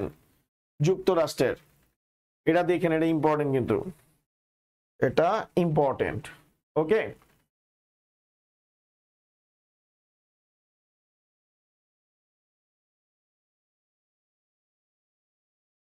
আমরা একটু এখানে আসি, এখানে একটু উপরে আসি, এটাই ওকে। অন্যের ওয়েবসাইট গোপন অংশ অবৈধভাবে ঢুকে পড়াকে কি বলা হয়? হ্যাকিং বলে। এটা ইম্পর্টেন্ট, ঠিক আছে স্যার, এটা ইম্পর্টেন্ট, এটা একটু দেখেন আপনি। পর উচ্চতর দক্ষতার প্রশ্নগুলো যেগুলো প্রায় সময় পরীক্ষায় আসে, যে জিনিসগুলো ব্যবহারে সচেতন হওয়া প্রয়োজন, সেটা হচ্ছে কম্পিউটার, ইন্টারনেট, তথ্য যোগাযোগ প্রযুক্তি সব ইউজ করা খুবই ইম্পর্টেন্ট। একটা জিনিস মনে রাখবেন যে সচেতন হইতে হবে যে ইন্টারনেটে কিন্তু কোনো কিছু ডিলিট হয় না। তো ইন্টারনেটে কোনো কিছু পোস্ট করার আগে ভালো মতো দেখে শুনে পোস্ট করবেন, না বুঝে কোনো কিছু পোস্ট করবেন না, কারণ ওইটা আপনার জন্য যথেষ্ট পরিমাণের বিপদের কারণ হয়ে দাঁড়াইতে পারে। তারপরে হচ্ছে ইন্টারনেটে ইন্টারনেট ব্যবহার করার ক্ষেত্রে নিয়মগুলো মেনে চলা আবশ্যক।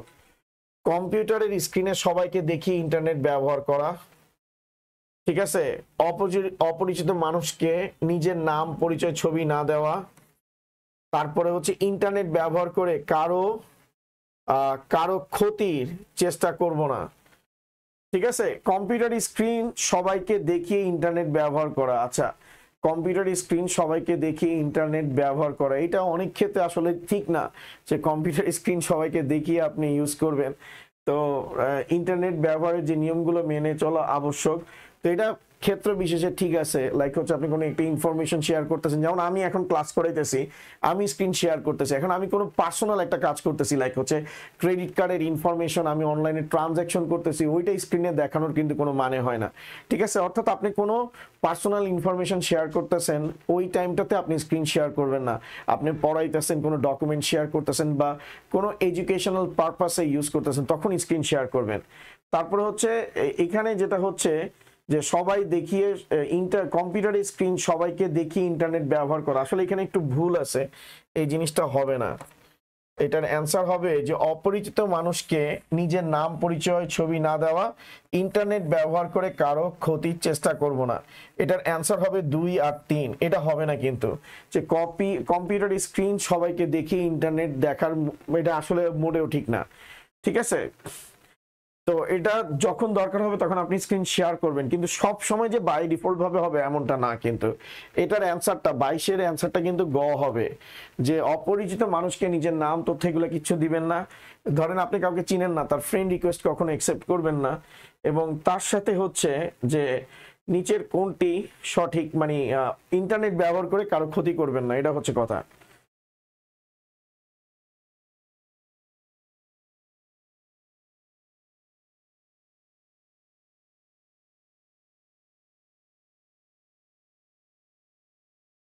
তো দেখেন আবার বলছে ইন্টারনেটে অপরিচিত মানুষের সাথে যোগাযোগ করলে ক্ষতি হতে পারে, জগৎ সম্পর্কে জানা যেতে পারে, জগৎ সম্পর্কে জানা যেতে পারে।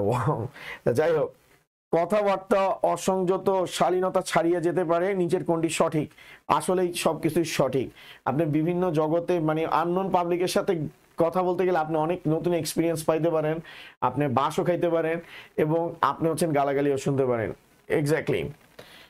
তারপরে স্যার, ইন্টারনেটে অপরিচিত মানুষের সাথে যোগাযোগ করলে, এটা তো বলছি 1, 2, 3 দুইটাই হতে পারে। সাদা টুপির হ্যাকাররা অন্যের ওয়েবসাইটে ঢুকে, মানে যারা হোয়াইট হ্যাট হ্যাকার যাদেরকে বলা হয়, তারা তারা হচ্ছে আপনার বেআইনি ভাবে ঢুকে, ঠিক আছে। তারপরে হচ্ছে যে আপনার হচ্ছে ক্ষতি করতে, মানে যারা হোয়াইট হ্যাট হ্যাকার তারা হচ্ছে কৌতূহলের বশে ঢুকে, বেআইনি ভাবে ঢুকে ক্ষতি করতে। হোয়াইট হ্যাট হ্যাকাররা কখনো ক্ষতি করে না, তারা হচ্ছে সিকিউরিটি চেক করে যে আপনার ওয়েবসাইটের সিকিউরিটিটা কেমন আছে, সেই পারপাসে হচ্ছে ওয়েবসাইটে অ্যাক্সেস নেয়। তারপর সাইবার ওয়ার্ল্ডে ঘুরে বেড়াচ্ছে কি অসংখ্য সাদা টুপির হ্যাকার এবং অসংখ্য কালো টুপির হ্যাকার, ঠিক আছে। নীল টুপি বলে নাই, সাদা আছে, তার মানে হোয়াইট আছে, গ্রে আছে, আর হচ্ছে ব্ল্যাক হ্যাট হ্যাকার আছে, ঠিক আছে।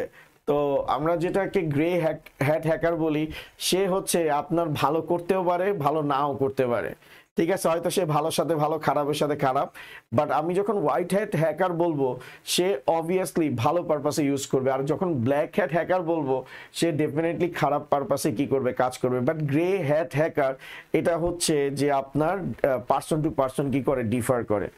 ওকে,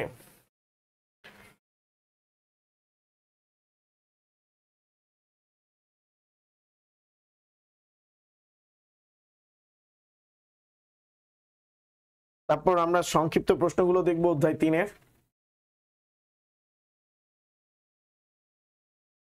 আরো কিছু এমসিকিউ আছে, আরো কিছু আছে, যেমন দেখেন একটা প্যাসেজ দেওয়া আছে, সপ্তম শ্রেণীতে ওঠার পর হীরার বড় ভাই হীরার কম্পিউটারে ইন্টারনেট সংযোগ লাগিয়ে দেয়। ইন্টারনেট ব্যবহার করে হীরা যাতে কোনো সমস্যার সম্মুখীন না হয় সেজন্য সে হীরাকে তার কম্পিউটারটি পড়ার ঘর থেকে বসার ঘরে নিয়ে যেতে বলল। কম্পিউটার বসার ঘর থেকে মানে বসার ঘরে আনার মধ্য দিয়ে হীরার মনে কোন ভাবটি প্রকাশ পেয়েছে? সচেতনতা, ঠিক আছে।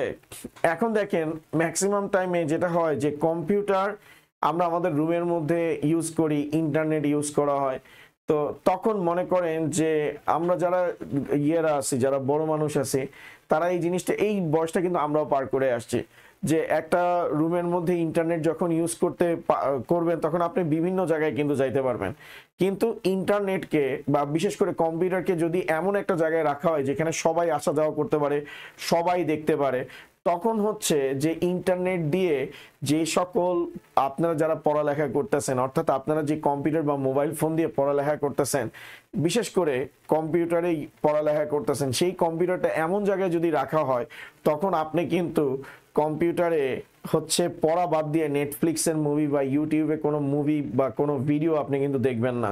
আপনার ডেফিনেটলি হচ্ছে মাথায় এটাই থাকবে, কেউ না কেউ আমার চার সাইডে আছে, কেউ না কেউ আমাকে দেখতেছে, ঠিক আছে।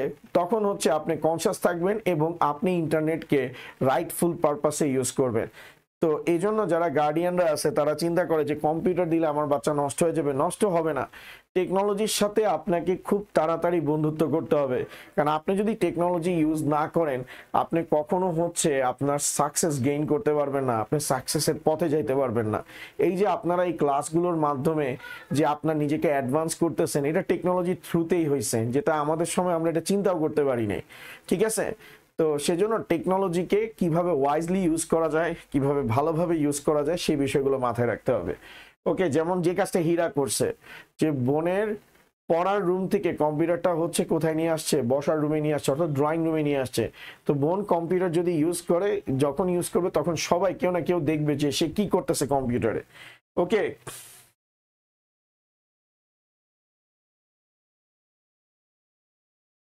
মানে হীরার জন্য নিয়ে আসছে, সে যখন কম্পিউটার ইউজ করতেছে তখন সবাই দেখবে। তো হীরা ইন্টারনেট ব্যবহার করবে আনন্দ লাভের জন্য, চমৎকার ওয়েবসাইট উপভোগ করার জন্য, পরিচিত মানুষের সাথে যোগাযোগ করার জন্য, এই তিনটা কাজে ইউজ করতে পারে সে। ওকে, তারপর হচ্ছে সংক্ষিপ্ত প্রশ্নপত্র।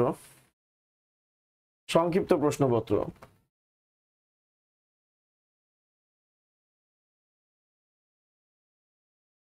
স্যার ইন্টারনেট কি? ইন্টারনেট বলতে মূলত ইন্টার কানেক্টেড নেটওয়ার্কসকে বোঝায়। ইন্টারনেট বলতে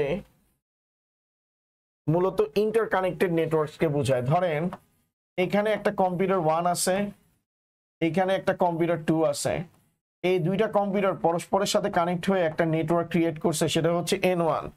আবার এখানে কম্পিউটার 3 আছে, এখানে কম্পিউটার 4 আছে, এই কম্পিউটারগুলো পরস্পরের সাথে কানেক্টেড হয়ে এখানে আরেকটা নেটওয়ার্ক তৈরি করছে। এই একাধিক কম্পিউটারের সমষ্টি মূলত এক একটা নেটওয়ার্ক ক্রিয়েট করে।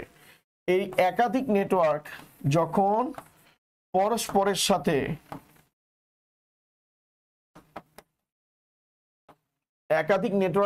পরস্পরের সাথে কমিউনিকেট করে তাকে মূলত স্যার বলা হয় ইন্টারনেট বা ইন্টার কানেক্টেড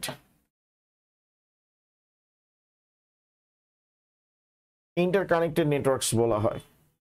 ঠিক আছে, এটাই হচ্ছে ইন্টারনেট। অর্থাৎ পৃথিবীব্যাপী যত কম্পিউটার আছে সেই সকল কম্পিউটারের মধ্যে ডিরেক্টলি অর ইনডিরেক্টলি কানেক্টিভিটিকে মূলত স্যার কি বলা হয়? ইন্টারনেট বলা হয়। ওকে স্যার, তো এই হচ্ছে কথা। তারপর ইন্টারনেটের ব্যবহারের নিয়মগুলো দেখতে হবে। আচ্ছা, ইন্টারনেটের ব্যবহারের কথা বলতেছি, এটা হচ্ছে চোখের আড়ালে ব্যবহার করব না। অর্থাৎ আপনার হচ্ছে কেউ যদি ইন্টারনেট ইউজ করে, যে এই লাইনটার ব্যাপারে আমার একটা দ্বিমত ব্যাপার আছে, সেটা হচ্ছে ইন্টারনেটে ব্যবহারের সকলের 3টি নিয়ম মেনে চলা উচিত। ঠিক আছে, ইন্টারনেট কখনো একা অন্যের চোখের আড়ালে ব্যবহার করব না। এটা কাদের জন্য? এটা আন্ডার এজ মানুষের জন্য। ঠিক আছে, যারা আন্ডার এজ আছে, লাইক হচ্ছে বিলো 18 যারা আছে, ঠিক আছে, তো তাদের ক্ষেত্রে, যারা কিড আছে, যারা বাচ্চা আছে, যেমন আপনাদের ক্ষেত্রে এটা প্রযোজ্য। কিন্তু আমরা যখন ইন্টারনেট ইউজ করবো, লাইক আমি ক্রেডিট কার্ডের ইনফরমেশন শেয়ার করতেছি, সেই জায়গায় কিন্তু আমি স্ক্রিনটা শেয়ার করবো না। তো এখানে একটা তথ্যগত ভুল আছে, সেটা হচ্ছে মানে একটু একটা ইনফরমেশন মিসিং আছে। সেটা হচ্ছে আন্ডার এজ মানুষের জন্য, বাচ্চাদের জন্য মানে ইন্টারনেট কিভাবে সেফলি ইউজ করবে তাদের জন্য এই গাইডলাইন, এটাকে গাইডলাইন বলবো। ঠিক আছে, এটা নিয়মের থেকে বেশি হচ্ছে যে guideline for teenagers who using internet, তাদের ক্ষেত্রে এই গাইডলাইনটা ঠিক আছে। ওকে ওকে, এটা সবার ক্ষেত্রে কিন্তু প্রযোজ্য হবে না। এই জায়গাটাতে আসলে একটু ঠিক করতে হবে বিষয়টা। তো আমি কিছুক্ষণ আগে এখানে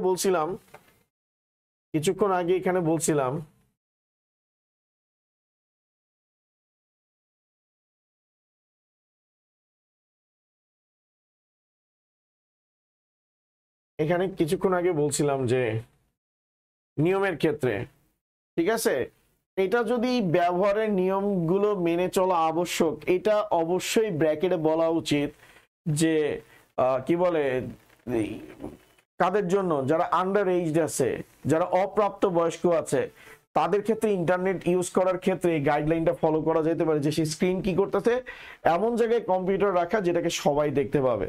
কিন্তু স্যার এটা সবার জন্য প্রযোজ্য না। যারা এজড, যারা অ্যাডাল্ট, তাদের জন্য প্রযোজ্য না। এই ক্ষেত্রে প্রযোজ্য না।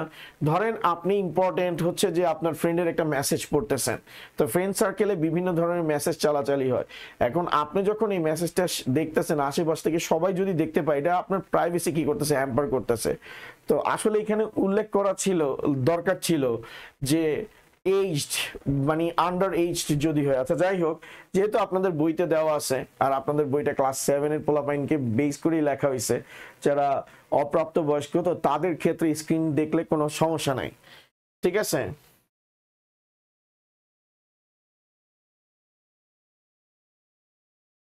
তো ইন্টারনেটের নিয়মগুলো, এই 3টা নিয়ম একটু আপনারা দেখবেন। তো এগুলো তো আমরা অলরেডি পড়ছি। ইন্টারনেটে ক্রেডিট কার্ডে কি ধরনের স্ক্যাম হয় এটা অলরেডি আমি বলে ফেলছি, যে security code, credit card number আর সিকিউরিটি কোড থাকলে আপনি কি করতে পারবেন? ট্রানজাকশন কমপ্লিট করতে পারবেন। এটার জন্য কোনো পাসওয়ার্ডের দরকার নাই। ঠিক আছে, তারপরে হচ্ছে প্লেজারিজম, এটা মোস্ট ইম্পর্টেন্ট। এটা দেখবেন, প্লেজারিজম কি? অন্যের লেখা নিজে লেখা দেওয়া। যেমন আপনার ফ্রেন্ডের খাতা আপনি দেখা হুবহু কপি করছেন, তার নাম শুদ্ধ কপি করে লিখে দিয়ে আসছেন, এটাকে স্যার প্লেজারিজম বলা হবে। আপনি ক্রেডিট দেন, ওটা ডিফারেন্ট ইস্যু, কিন্তু এই জিনিসটা তো ঠিক না। অন্যের পুরো কন্টেন্টকে আপনি নিজের বইলা চালাই দিতেছেন, এটার নামই হচ্ছে প্লেজারিজম। তো প্লেজারিজম এবং নিজের তৈরি কাজের মধ্যে আপনি পার্থক্যগুলো দেখবেন, এটা ইম্পর্টেন্ট। আর প্লেজারিজম কিন্তু খুবই ইম্পর্টেন্ট। অন্যর উৎস থেকে, অর্থাৎ প্লেজারিজম কি, অন্যের কোনো কন্টেন্টকে নিজের কন্টেন্ট বলে চালায় দেওয়া, অন্যের কোনো তৈরি করা সৃজনশীল কাজকে নিজের বলে চালায় দেওয়ার নামই হচ্ছে প্লেজারিজম। এটা হচ্ছে মেইন কনসেপ্ট, এটা মনে রাখলেই চলবে। তো এই পার্থক্যগুলো একটু দেখবেন, এগুলা কাজে দিবে স্যার। এবার আমরা চ্যাপ্টার 4-এ আসতেছি। চ্যাপ্টার 4 হচ্ছে আমাদের ওয়ার্ড প্রসেসিং। ঠিক আছে, ওয়ার্ড প্রসেসিংটা খুব ইম্পর্টেন্ট। তো এখান থেকে কি কি আসতে পারে, যে ওয়ার্ড প্রসেসর দিয়ে কোনো কিছু লিখতে গেলে কি প্রয়োজন, এটা আসার মতো একটা এমসিকিউ। কিবোর্ড প্রয়োজন, এই জিনিসটা ইম্পর্টেন্ট স্যার। মনিক চৌধুরী কত সালে সর্বপ্রথম বাংলা টাইপরাইটারের জন্য কিবোর্ড লেআউট তৈরি করেন? 1965 সালে। বর্তমানে কোন কিবোর্ড লেআউট সবচেয়ে এগিয়ে রয়েছে? এটা হচ্ছে বিজয়ের কিবোর্ড, এটাও ইম্পর্টেন্ট, এগুলো এমসিকিউতে প্রায় সময় আসে। উচ্চারণ ভিত্তিক বাংলা সফটওয়্যার কোনটি? অভ্র। অভ্র হচ্ছে উচ্চারণের উপর বেস করে লেখা হয়।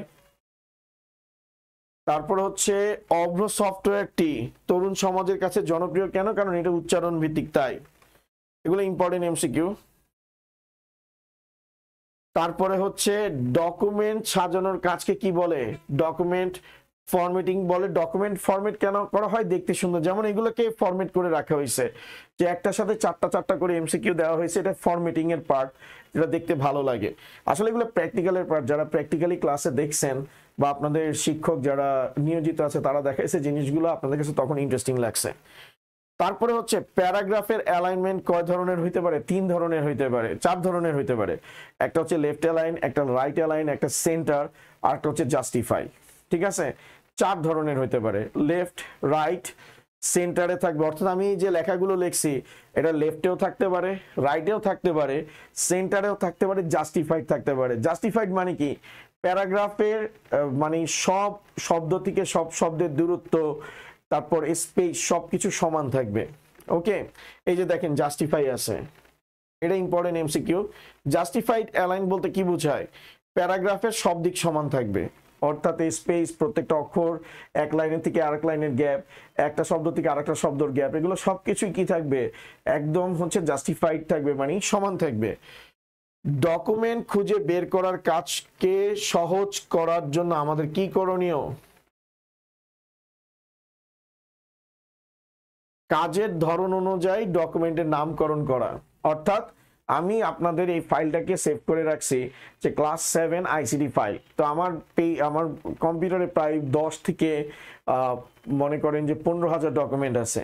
সেই ডকুমেন্ট থেকে আপনার ফাইলটাকে আমি যদি ইউনিক নামে সেভ করে রাখি, তাহলে সার্চ করে বের করা কি হবে? সুবিধা হবে, এটাই বলছে। তারপরে বলছে সাধারণত যে কোনো ডকুমেন্ট সংরক্ষণ করলে সেটি কোন ফোল্ডারে সংরক্ষিত হয়? মাই ডকুমেন্টে। এটা বেসিক জিনিস, এগুলো আসে। তারপরে হচ্ছে অল্টার কন্ট্রোল বি একসাথে প্রেস করলে কি হবে? বিজয় কিবোর্ড চালু হবে। এটা আপনারা একটু মনে রাখবেন, এটা কিন্তু এমসিকিউর জন্য আসে। এখন আসলে প্র্যাকটিক্যাল দেখানোর সুযোগ নাই, থাকলে আমি অবশ্যই দেখাই দিতাম, কারণ সাজেশন ক্লাস জাস্ট বলতেছি, মনে রাখেন, কারণ পরীক্ষায় যায় এগুলো আপনি দীপধাপ করে কি করতে হবে? অ্যান্সার দিয়ে দিতে হবে। লাইনের শুরুতে কার্সর নিতে হলে আপনার কি দিতে হবে? হোম ট্যাব বা হোম বাটনে ক্লিক করতে হবে। ওকে, কি চাপতে হবে? হোমে। বাংলা কোন সফটওয়্যার জনপ্রিয়তার শীর্ষে? এখানে দেওয়া বিজয়, কিন্তু আসলে সবচেয়ে বেশি ইউজ করা হয় অভ্র। ঠিক আছে, সফটওয়্যার জনপ্রিয়তা, বাট প্রিন্টিং এর জন্য বিজয় বেস্ট। কারণ আপনি যখন প্রিন্ট করবেন, এই যে কাগজে বইপত্রতে যে প্রিন্টগুলো দেখেন, এগুলো হচ্ছে বিজয় দিয়ে তৈরি করা। বিজয়ের খুব পপুলার একটা ফন্ট আছে, নাম হচ্ছে সুতনে এমজে। ঠিক আছে, এটা দিয়ে যখন আপনি প্রিন্ট করবেন, এটার আউটলাইনটা বা প্রিন্টিং কোয়ালিটি খুব সুন্দর আসবে। ওকে, তারপর আমরা একটু এখানে দেখি,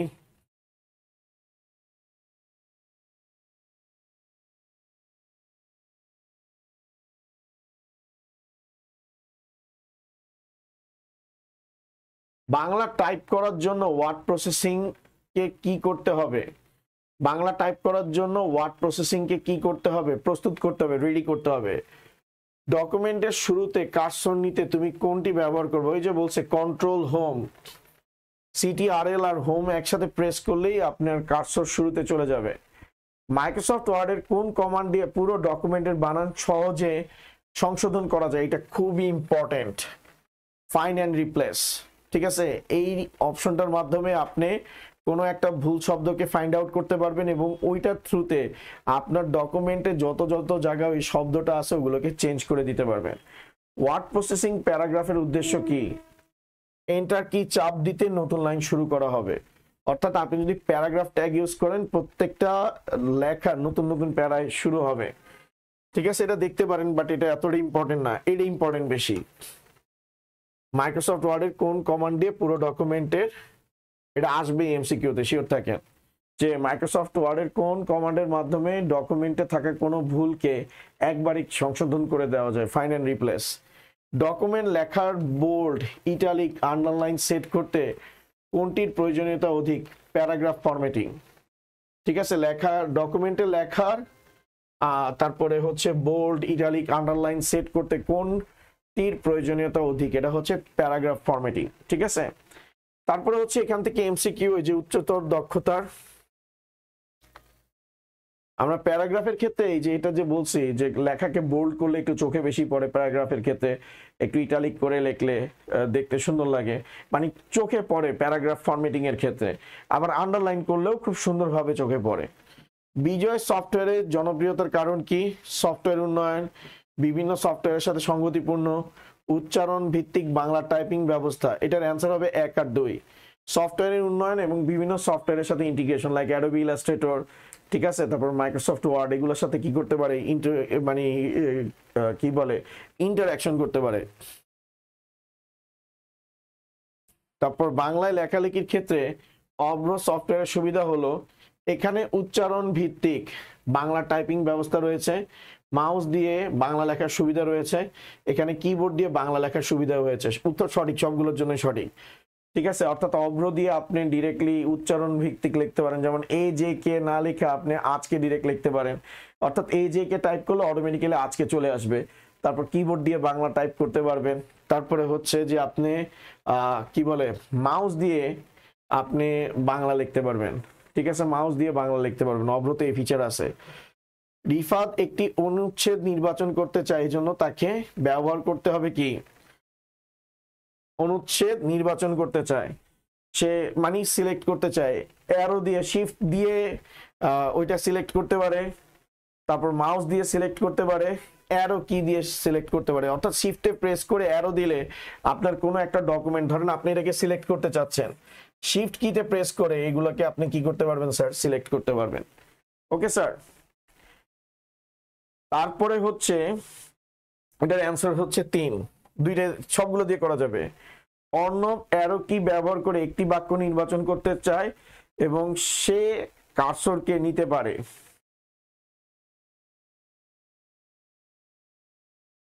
এখানে বলছে যে অর্ণব একটা বাক্যকে সিলেক্ট করবে এবং সেখানে কার্সরটা কি করতে চাচ্ছে?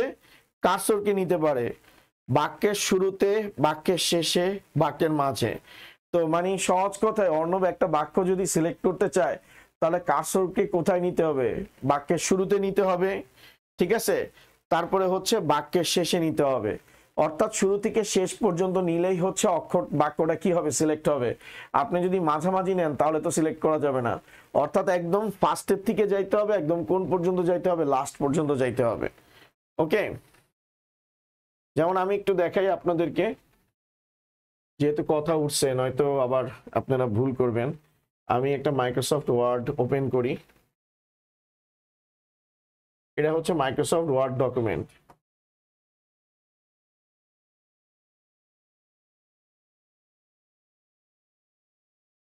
দেখেন স্যার, আমি এখানে লিখছি মোহাম্মদ ইয়াসিন তানভীর। এখন দেখেন এই যে অ্যালাইনমেন্টের কথা বলছি 4টা, এটাকে আমি নিছি, এটাকে আমি লেফটে নিতে পারি, রাইটে নিতে পারি, সেন্টারে নিতে পারি, জাস্টিফাইড রাখতে পারি, ঠিক আছে। জাস্টিফাইড রাখলে দেখেন সবগুলো সুন্দর মতো চলে আসতেছে। ওকে, এখন আমি যদি সিলেক্ট করতে চাই, এই যে দেখেন আমি হচ্ছে এটা দিয়ে সিলেক্ট করতেছি। আমি অন স্ক্রিন কিবোর্ড দেখাই তাহলে আপনাদের জন্য সুবিধা হবে। আচ্ছা অন স্ক্রিন লাগবে না। এই যে কিবোর্ডে আমি হচ্ছে শিফট বাটনটাতে প্রেস করে লাস্টের থেকে ফার্স্টে যাচ্ছি, আবার আমি কার্সরটাকে শুরুতে নিলাম, শিফট দিয়ে আমি হচ্ছে কোথায় যাচ্ছি, সামনের দিকে থেকে পিছনে যাচ্ছি। এই যে শিফট থেকে সামনে থেকে পিছনে যাচ্ছি, এই জিনিসটা করার জন্য শিফটের পাশাপাশি কি লাগতেছে, অ্যারো লাগতেছে। আমি চাইলে মাউস দিয়েও এই কাজটা করতে পারি। তো এই জিনিসটাই হচ্ছে বোঝানোর চেষ্টা করা হয়েছে যে আপনি যখন কোনো একটা জিনিসকে নির্বাচন করেন, সেই নির্বাচনটা ফার্স্টের থেকে কোথায় যায়, লাস্টে যায়। বাট আমি মাঝখান থেকে সিলেক্ট করে আমি কিন্তু পুরো বাক্যটাকে সিলেক্ট করতে পারবো না। আবার আমি যদি মাঝখান থেকে সামনে যাইতে চাই সেটাও কিন্তু হবে না। আইদার সামনেরটা মাঝখান থেকে সিলেক্ট হবে, নয়তো শেষেরটা মাঝখান থেকে সিলেক্ট হবে। কিন্তু আমি যদি কার্সর শুরুতে রাখি, এই যে দেখেন কার্সর, এই যে ব্লিঙ্ক যেটা করতেছে কার্সর, এটা শুরু থেকে আমি কোথায় নিয়ে যাচ্ছি, শেষে নিয়ে যাচ্ছি, এবং শেষ থেকে কোথায় নিয়ে যাচ্ছি, শুরুতে নিয়ে যাচ্ছি। ঠিক আছে, আই হোপ আপনারা বুঝতে পারছেন স্যার। ওকে,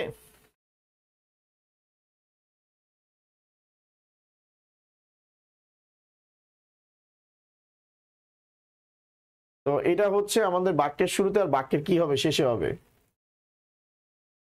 আরো কিছু এমসিকিউ আছে, একটু দেখি আমরা। তো এখানে হচ্ছে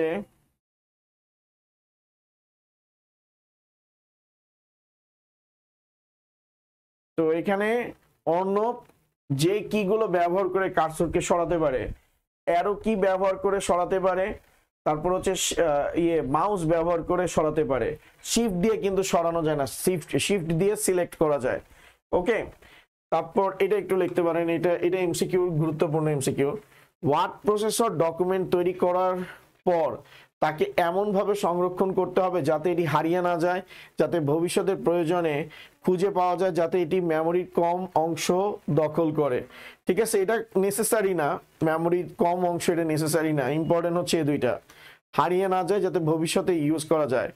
বাংলা সফটওয়্যার হচ্ছে বিজয়, তারপরে হচ্ছে প্রশিকা শব্দ, প্রবর্তন, এগুলো সবগুলো হচ্ছে বাংলা সফটওয়্যার। ওকে, তারপরে হচ্ছে ডকুমেন্ট ফরম্যাটিং এর কাজ হলো লাইনের ব্যবধান নির্ধারণ, বুলেট ও নাম্বার, লেখার রং পরিবর্তন, এগুলো সবগুলোই হচ্ছে ফরম্যাটিং এর মধ্যে পড়ে। অর্থাৎ লেখাগুলো আপনি কিভাবে উপস্থাপন করবেন।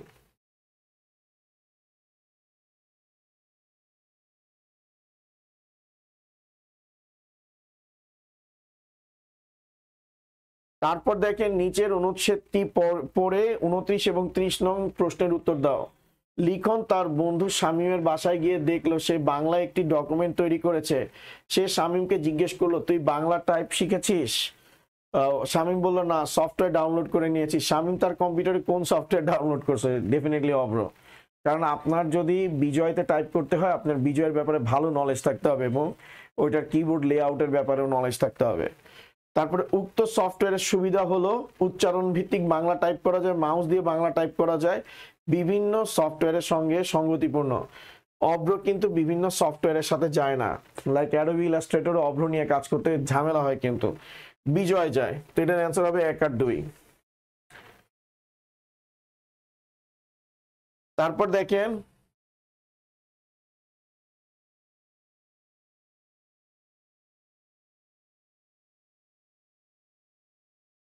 বিদ্যালয় হোমওয়ার্ক হিসেবে সেতু বাংলাদেশের নদ নদী এই বিষয়ের একটি রচনা লিখে কম্পিউটারে টাইপ করলো। রচনাটি প্রিন্ট নেওয়ার পর দেখতে পেলো সেখানে বেশ কিছু ভুল ত্রুটি রয়েছে। তো সেতু এখন কি করবে? ডকুমেন্ট সম্পাদনা করবে। ঠিক আছে, উক্ত কাজের অন্তর্ভুক্ত হলো এখন রচনাটি প্রিন্ট করার পর দেখতে পেলো সেখানে কিছু ভুল ত্রুটি রয়েছে। ওই উক্ত কাজটা কি করতে হবে? কাট করতে হবে, পেস্ট করতে হবে, ডিলিট করতে হবে। অর্থাৎ সহজ কথায় যে অংশটুকু ভুল হয়েছে ওটাকে আমার কি করতে হবে? ডিলিট করতে হবে। এরপরে আমার সঠিক উত্তরটাকে কি করতে হবে স্যার? নিতে হবে। নেওয়ার পর ওইটাকে কি করে দিতে হবে? পেস্ট করে দিতে হবে। অর্থাৎ সহজ কথায় আমি যদি এভাবে বলি, আমি এক জায়গায় ভুল করছি, তো ভুলটাকে আমাকে বাদ দিতে হবে। ভুলটা বাদ দেওয়ার পর ওইখানে ধরেন আমার নাম ছিল ইয়াসিন তানভীর, আমি লেখা ফেলাইছি কি জসিম তানভীর, তো ওই জসিমটাকে কেটে আমি হচ্ছে ডিলিট করে দিলাম, ডিলিট করে ইয়াসিন তানভীর লিখছি। এখন এই ইয়াসিন এটা হচ্ছে ডকুমেন্টে 50 জায়গায় আছে, তো 50 জায়গায় আমি ইয়াসিন লিখে ওইটাকে কি করে দিব স্যার? রিপ্লেস করে দিব। ওকে, তো এই যে স্যার আমি কি করতেছি, ফার্স্টে ডিলিট করতেছি, তারপর সঠিকটাকে কাট করতেছি, তারপর কি করতেছি, পেস্ট করতেছি। তো এই জিনিসটাকেই মূলত আমরা উক্ত কাজের জন্য ব্যবহার করব। তারপর দেখেন অভ্র সফটওয়্যার তরুণ সমাজের কাছে অধিক জনপ্রিয় কেন, এটা অলরেডি এমসিকিউতে আমরা বলে ফেলছি। ডকুমেন্ট সম্পাদনার যে কোনো দুইটি কাজ বর্ণনা করো, এটা আসলে ডকুমেন্ট পাবলিশিং বলে, ঠিক আছে। তো ডকুমেন্ট সম্পাদনা করা, যে প্রক্রিয়া অনুসরণ করে একটি ডকুমেন্টের ভুল ভ্রান্তিগুলো, এটাকে মূলত পেজ ফরম্যাটিং বা পেজ সেটআপও বলে অনেকে, যে ভুল ভ্রান্তি আছে, কোথাও ভুল থাকলে, পেজের লাইন গ্যাপ থাকলে, লেখাগুলো ঠিক ওরিয়েন্টেশনে না থাকা, দেখতে যাতে দৃষ্টিনন্দন, ফরম্যাটিং গুলো ঠিক থাকে, এই বিষয়গুলোই মূলত ডকুমেন্ট পাবলিশিং এর ক্ষেত্রে কি করা হয়, ব্যবহার করা হয়। তো আপনার ফার্স্টে কি করতে হবে, নির্বাচন করা। সম্পাদনার বিভিন্ন কাজে অনেক সময় ডকুমেন্ট কোনো অর্থ, শব্দ, মানে কি বলে, অক্ষর, শব্দ, বাক্য কোনো অংশকে নির্বাচন করতে হয়। নির্বাচন করার জন্য কার্সরকে নির্ধারিত জায়গায় শুরুতে নিতে হয়, এরপর শিফট কি চিপ ধরে এই কি চেপে নির্ধারিত কোনো অক্ষর, শব্দ, বাক্য কোনো অংশকে নির্বাচন করতে হয়। আচ্ছা, সহজ কথায় আমি ইন এ নাটশেল জিনিসটা আমি আপনাদেরকে বুঝাই দিই। একটা হচ্ছে নির্বাচন করা আর একটা হচ্ছে ডিলিট করা। এটার অনেকগুলো সেগমেন্ট আছে। যে আপনাকে যদি বলা হয় যে পাবলিশিং বা হচ্ছে ডকুমেন্ট সম্পাদনা করো, ঠিক আছে, বা এডিটিং যদি আমি বলি, ঠিক আছে, এডিটিং এর কথা যদি বলি, আমি আসলে ডকুমেন্ট এডিটিংই হবে, এটা সম্পাদনার কথা তো আমরা বলতেছি, ঠিক আছে, এডিটিং এর কথাই আমরা বলতেছি মেইনলি। তো এটার জন্য ফার্স্টে আপনাকে সিলেক্ট করতে হবে আপনি যে অংশটা নিয়ে কাজ করতে চাচ্ছেন, যেটা অক্ষর বা যেটা লাইন বা যেটার হচ্ছে বাক্য নিয়ে কাজ করতে চাইতেছেন, সহজ কথায় লাইন বা ওয়ার্ড নিয়ে কাজ করতে চাইতেছেন, সেটাকে সিলেক্ট করতে হবে। ওই যে শিফট দিয়ে, অ্যারো দিয়ে আমরা সিলেক্ট করছি, করার পর ওই জায়গাতে যদি কোনো ভুল থাকে ওটাকে ডিলিট করতে হবে, বা নতুন কোনো শব্দ অ্যাড করতে চান তাহলে এটাকে এডিট করতে হবে, ঠিক আছে। যদি কোথাও ভুল থাকে ডিলিট করতে হবে। যেমন এখানে লেখছে ডিলিট বা মুছে ফেলা। ডকুমেন্টে কোনো অক্ষর বা কোথাও যদি ভুল ভ্রান্তি থাকে সেটাকে মুছে ফেলতে হবে। অর্থাৎ এডিটিং আমরা কখন করি, যে কোথাও আপডেট করতে হবে, আর আপডেট করলে আগেরটাকে আমার কি করতে হবে, মুছে ফেলতে হবে।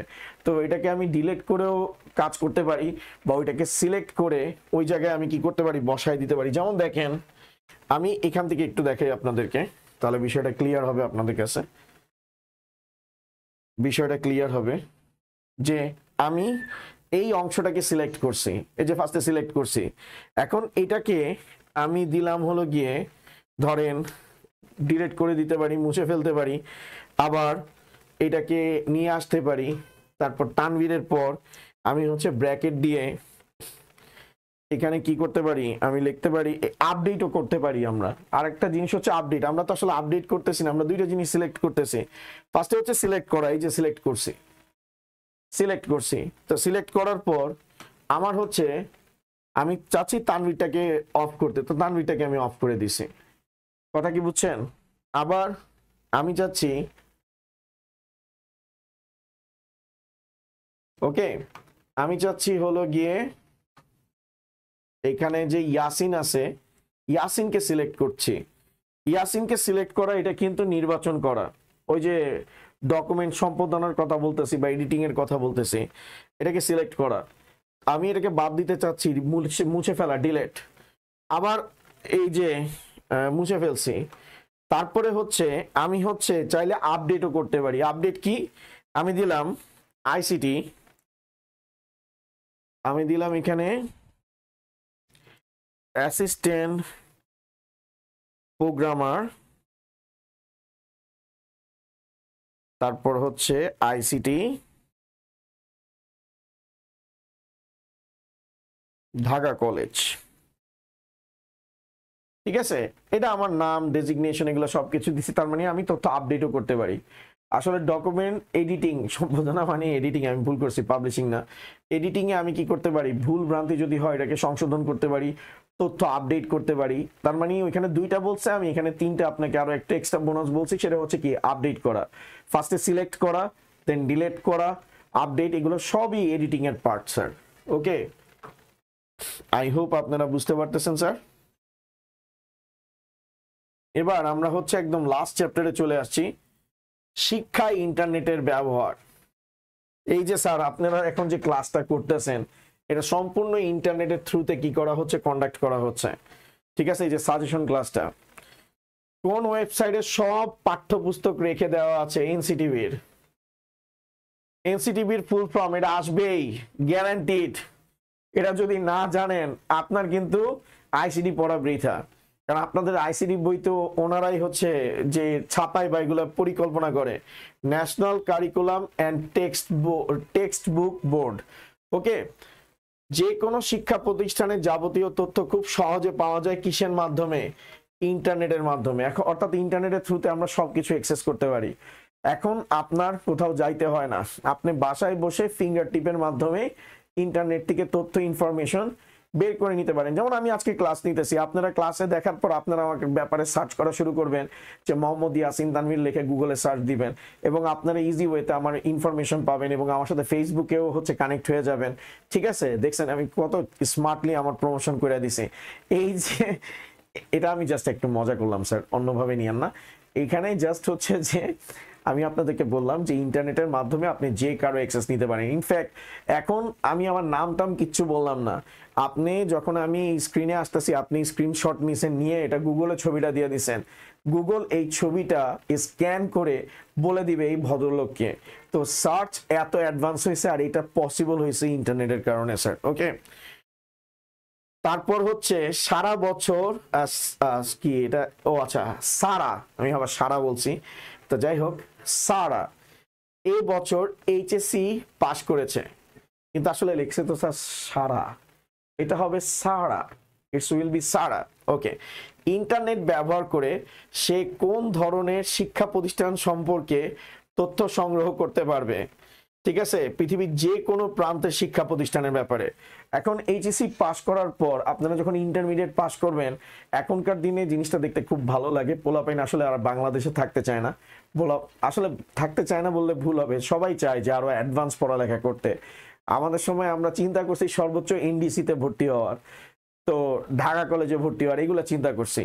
এখনকার পোলাপাইন চিন্তা করে আমি এমআইটিতে পড়বো, এটা খুব ভালো একটা বিষয়। আমি আপনাদেরকে সাজেস্ট করব এখন থেকেই আপনার অ্যাম্বিশন হাই করে রাখেন। ঠিক আছে, কারণ আপনি বড় কোনো জায়গায় গেলে আরো ভালোভাবে আপনি শিখতে পারবেন, আপনার লার্নিং ফেজ আরো বেশি ডেভেলপ করবে। ওকে, তো ইন্টারনেটের মাধ্যমে আপনি পৃথিবীর যে কোনো জায়গা থেকে তথ্য ইনফরমেশন জানতে পারবেন। একজন শিক্ষার্থীকে সৌরজগতের কোনো নক্ষত্রকে পর্যবেক্ষণ করতে চাইলে কোনটি সাহায্য নিতে হবে, টেলিস্কোপের। ঠিক আছে, এটা আসতে পারে, এটা এমসিকিউ, পপুলার একটা এমসিকিউ। তথ্যের বিশাল ভান্ডার কোনটি, ইন্টারনেট, এটা এমসিকিউতে আসতে পারে। ভিডিও শেয়ারিং সাইট কোনটি, এগুলো এমসিকিউর জন্য ইম্পর্টেন্ট, ইউটিউব।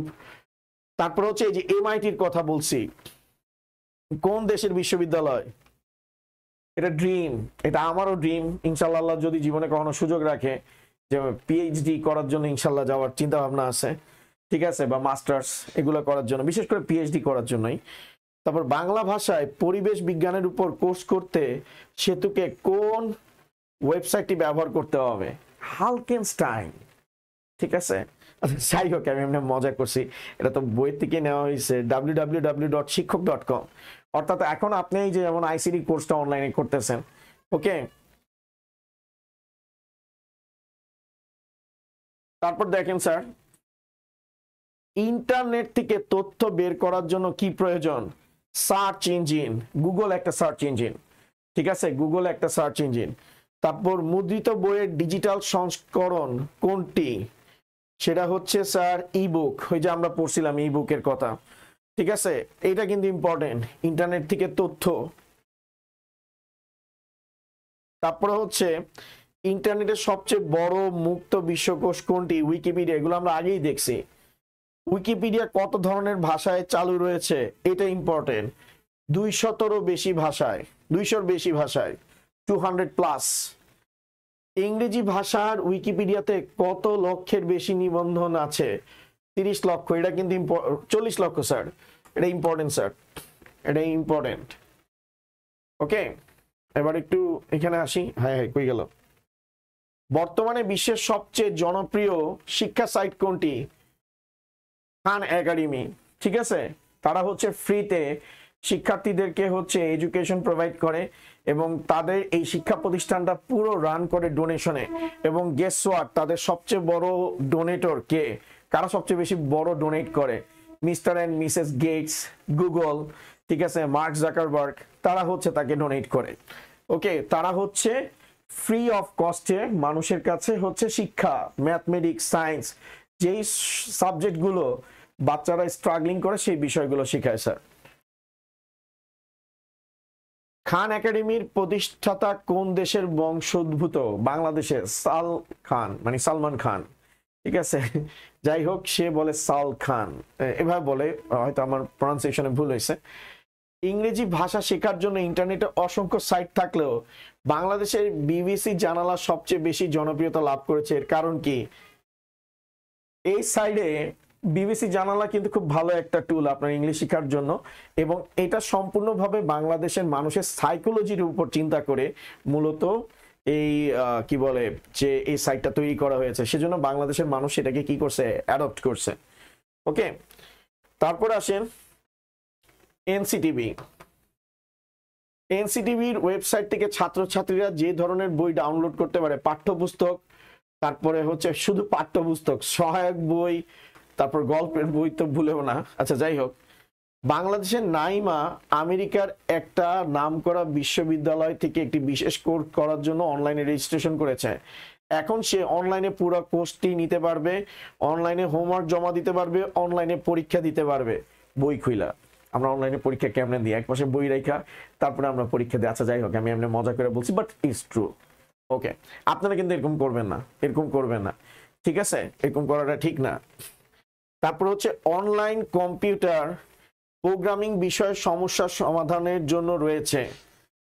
স্যার, প্রোগ্রামিং এর জন্য, প্রোগ্রামিং বিষয়ক সমস্যার জন্য আছে কি? প্রোগ্রামিং বিষয়ক ওয়েবসাইট, কম্পিউটার ল্যাঙ্গুয়েজ ফোরাম, এই দুইটা। আপনারা যদি ওয়েবসাইট বা প্রোগ্রামিং যদি ফ্রিতে শিখতে চান, আপনারা হচ্ছেন এই ওয়েবসাইটটাতে যাইতে পারেন। এই ওয়েবসাইটটা খুবই পপুলার, w3schools.com। এই ওয়েবসাইটটাতে আপনারা যাইতে পারেন। এখান থেকে আপনি web designing, C programming, JavaScript, এই বিষয়গুলো আপনি শিখতে পারবেন ফ্রি অফ কস্টে, কোনো টাকা পয়সা লাগবে না, ঠিক আছে। আচ্ছা, একজন শিক্ষক ইন্টারনেট থেকে যে ধরনের সুবিধা পেতে পারে, বিভিন্ন তথ্য সংগ্রহ করতে পারে, হ্যাঁ আমি এটা করি। বড় প্রফেসরদের লেকচার সংগ্রহ করতে পারে, হ্যাঁ এটাও আমি করি। ছাত্রছাত্রীদের প্রশ্নের উত্তর খুঁজে পেতে পারে, হ্যাঁ পারি। এই যে কেউ আমাকে কোনো কোশ্চেন করলে যদি না পারি, আর আপনাদের সামনে তো আমি কট খাইতে পারবো না, কি করবো, চ্যাট জিপিটিতে ঠাস করে হচ্ছে সার্চ করে বলি, হ্যাঁ আর এটা তো এই, ঠিক আছে। তো এই ধরনের সকল ফিচারই টিচার ইউজ করতে পারে। তার মানে অ্যান্সার হচ্ছে সব এইগুলা স্যার। আমাদের, আচ্ছা এবার আসি, আমাদের বিশ্ববিদ্যালয়গুলোতে ভার্চুয়াল ক্লাসরুম তৈরি করা হচ্ছে। এই ধরনের ক্লাসরুম সম্পর্কে যেই বাক্যগুলো প্রযোজ্য? একটি বিশ্ববিদ্যালয়ে একাধিক শিক্ষক একসাথে পড়াবেন, তো ট্রু, ঠিক আছে। আচ্ছা, কি বলছে? আমাদের বিশ্ববিদ্যালয় একই ক্লাসরুমে, আচ্ছা সরি, মানে ভার্চুয়াল ক্লাসরুমে তো এট এ টাইমে একজন টিচার থাকতে পারে, তো এটা বাদ। সারা দেশের অনেক শিক্ষার্থী একসাথে পড়তে পারবে, এটা ট্রু। সারা দেশের সব বিশ্ববিদ্যালয় সাথে যুক্ত থাকবে, এটাও ট্রু। 2 আর 3, ঠিক আছে। এক ক্লাসরুমে তো একাধিক টিচার থাকতে পারে না।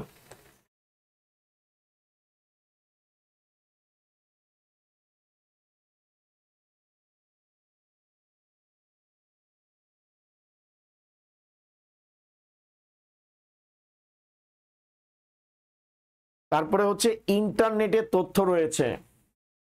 ইন্টারনেটে তথ্য রয়েছে কার কার?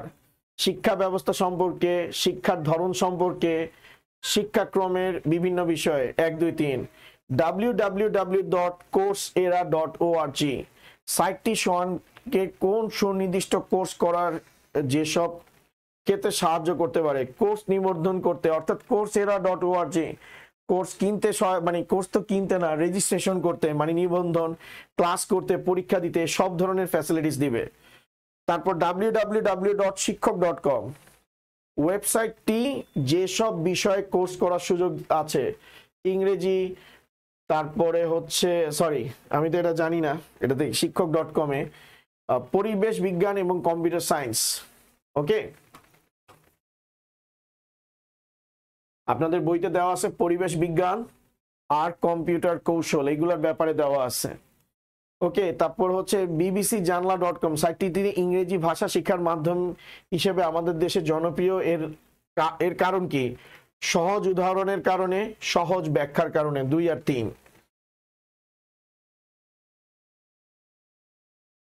আচ্ছা, একটু আমরা এখানে আসি।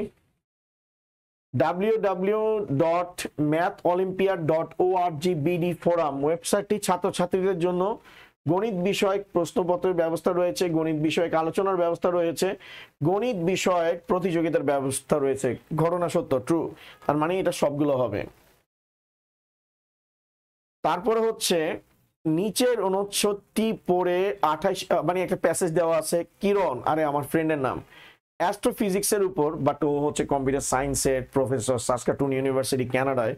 তো অ্যাস্ট্রোফিজিক্সের উপর পড়াশোনার খুব ইচ্ছা ছিল, তাই সে যখন জানতে পারলো নামকরা একটি বিশ্ববিদ্যালয় অনলাইনে উক্ত বিষয়ে কোর্সের সুযোগ দিচ্ছে, সাথে সাথে কোর্সটি করার সিদ্ধান্ত নিল। অনলাইনে কোর্সটি করার ক্ষেত্রে কিরণের প্রথম কাজ কি হবে? কোর্সটিতে রেজিস্ট্রেশন করা বা নিবন্ধন করা ছাড়া তো কোর্স করতে পারবে না। উক্ত কাজটি করার পর কিরণ অনলাইনে পুরো কোর্সটি নিতে পারবে, হোমওয়ার্ক জমা দিতে পারবে, পরীক্ষা দিতে পারবে। আচ্ছা, পুরো কোর্সটি নিতে পারবে, ওকে, হোমওয়ার্ক জমা দিতে পারবে, পরীক্ষা নিতে পারবে না। আরে কিরণ, তুই তো পরীক্ষা নিতে পারবি না, ও তো স্টুডেন্ট, বুঝছেন, ও কি করতে পারবে? কোর্সটা নিতে পারবে, হোমওয়ার্ক জমা দিতে পারবে, বাট পরীক্ষা তো ও নিতে পারবে না, ওর পরীক্ষা ওই সিস্টেম থেকে নিবে। এখন দেখেন কিছু কোশ্চেন, শর্ট কোশ্চেন, ধরেন সংক্ষিপ্ত কোশ্চেন আসতে পারে যে ইন্টারনেট কি? ইন্টারনেট অলরেডি কি আমি বলছি।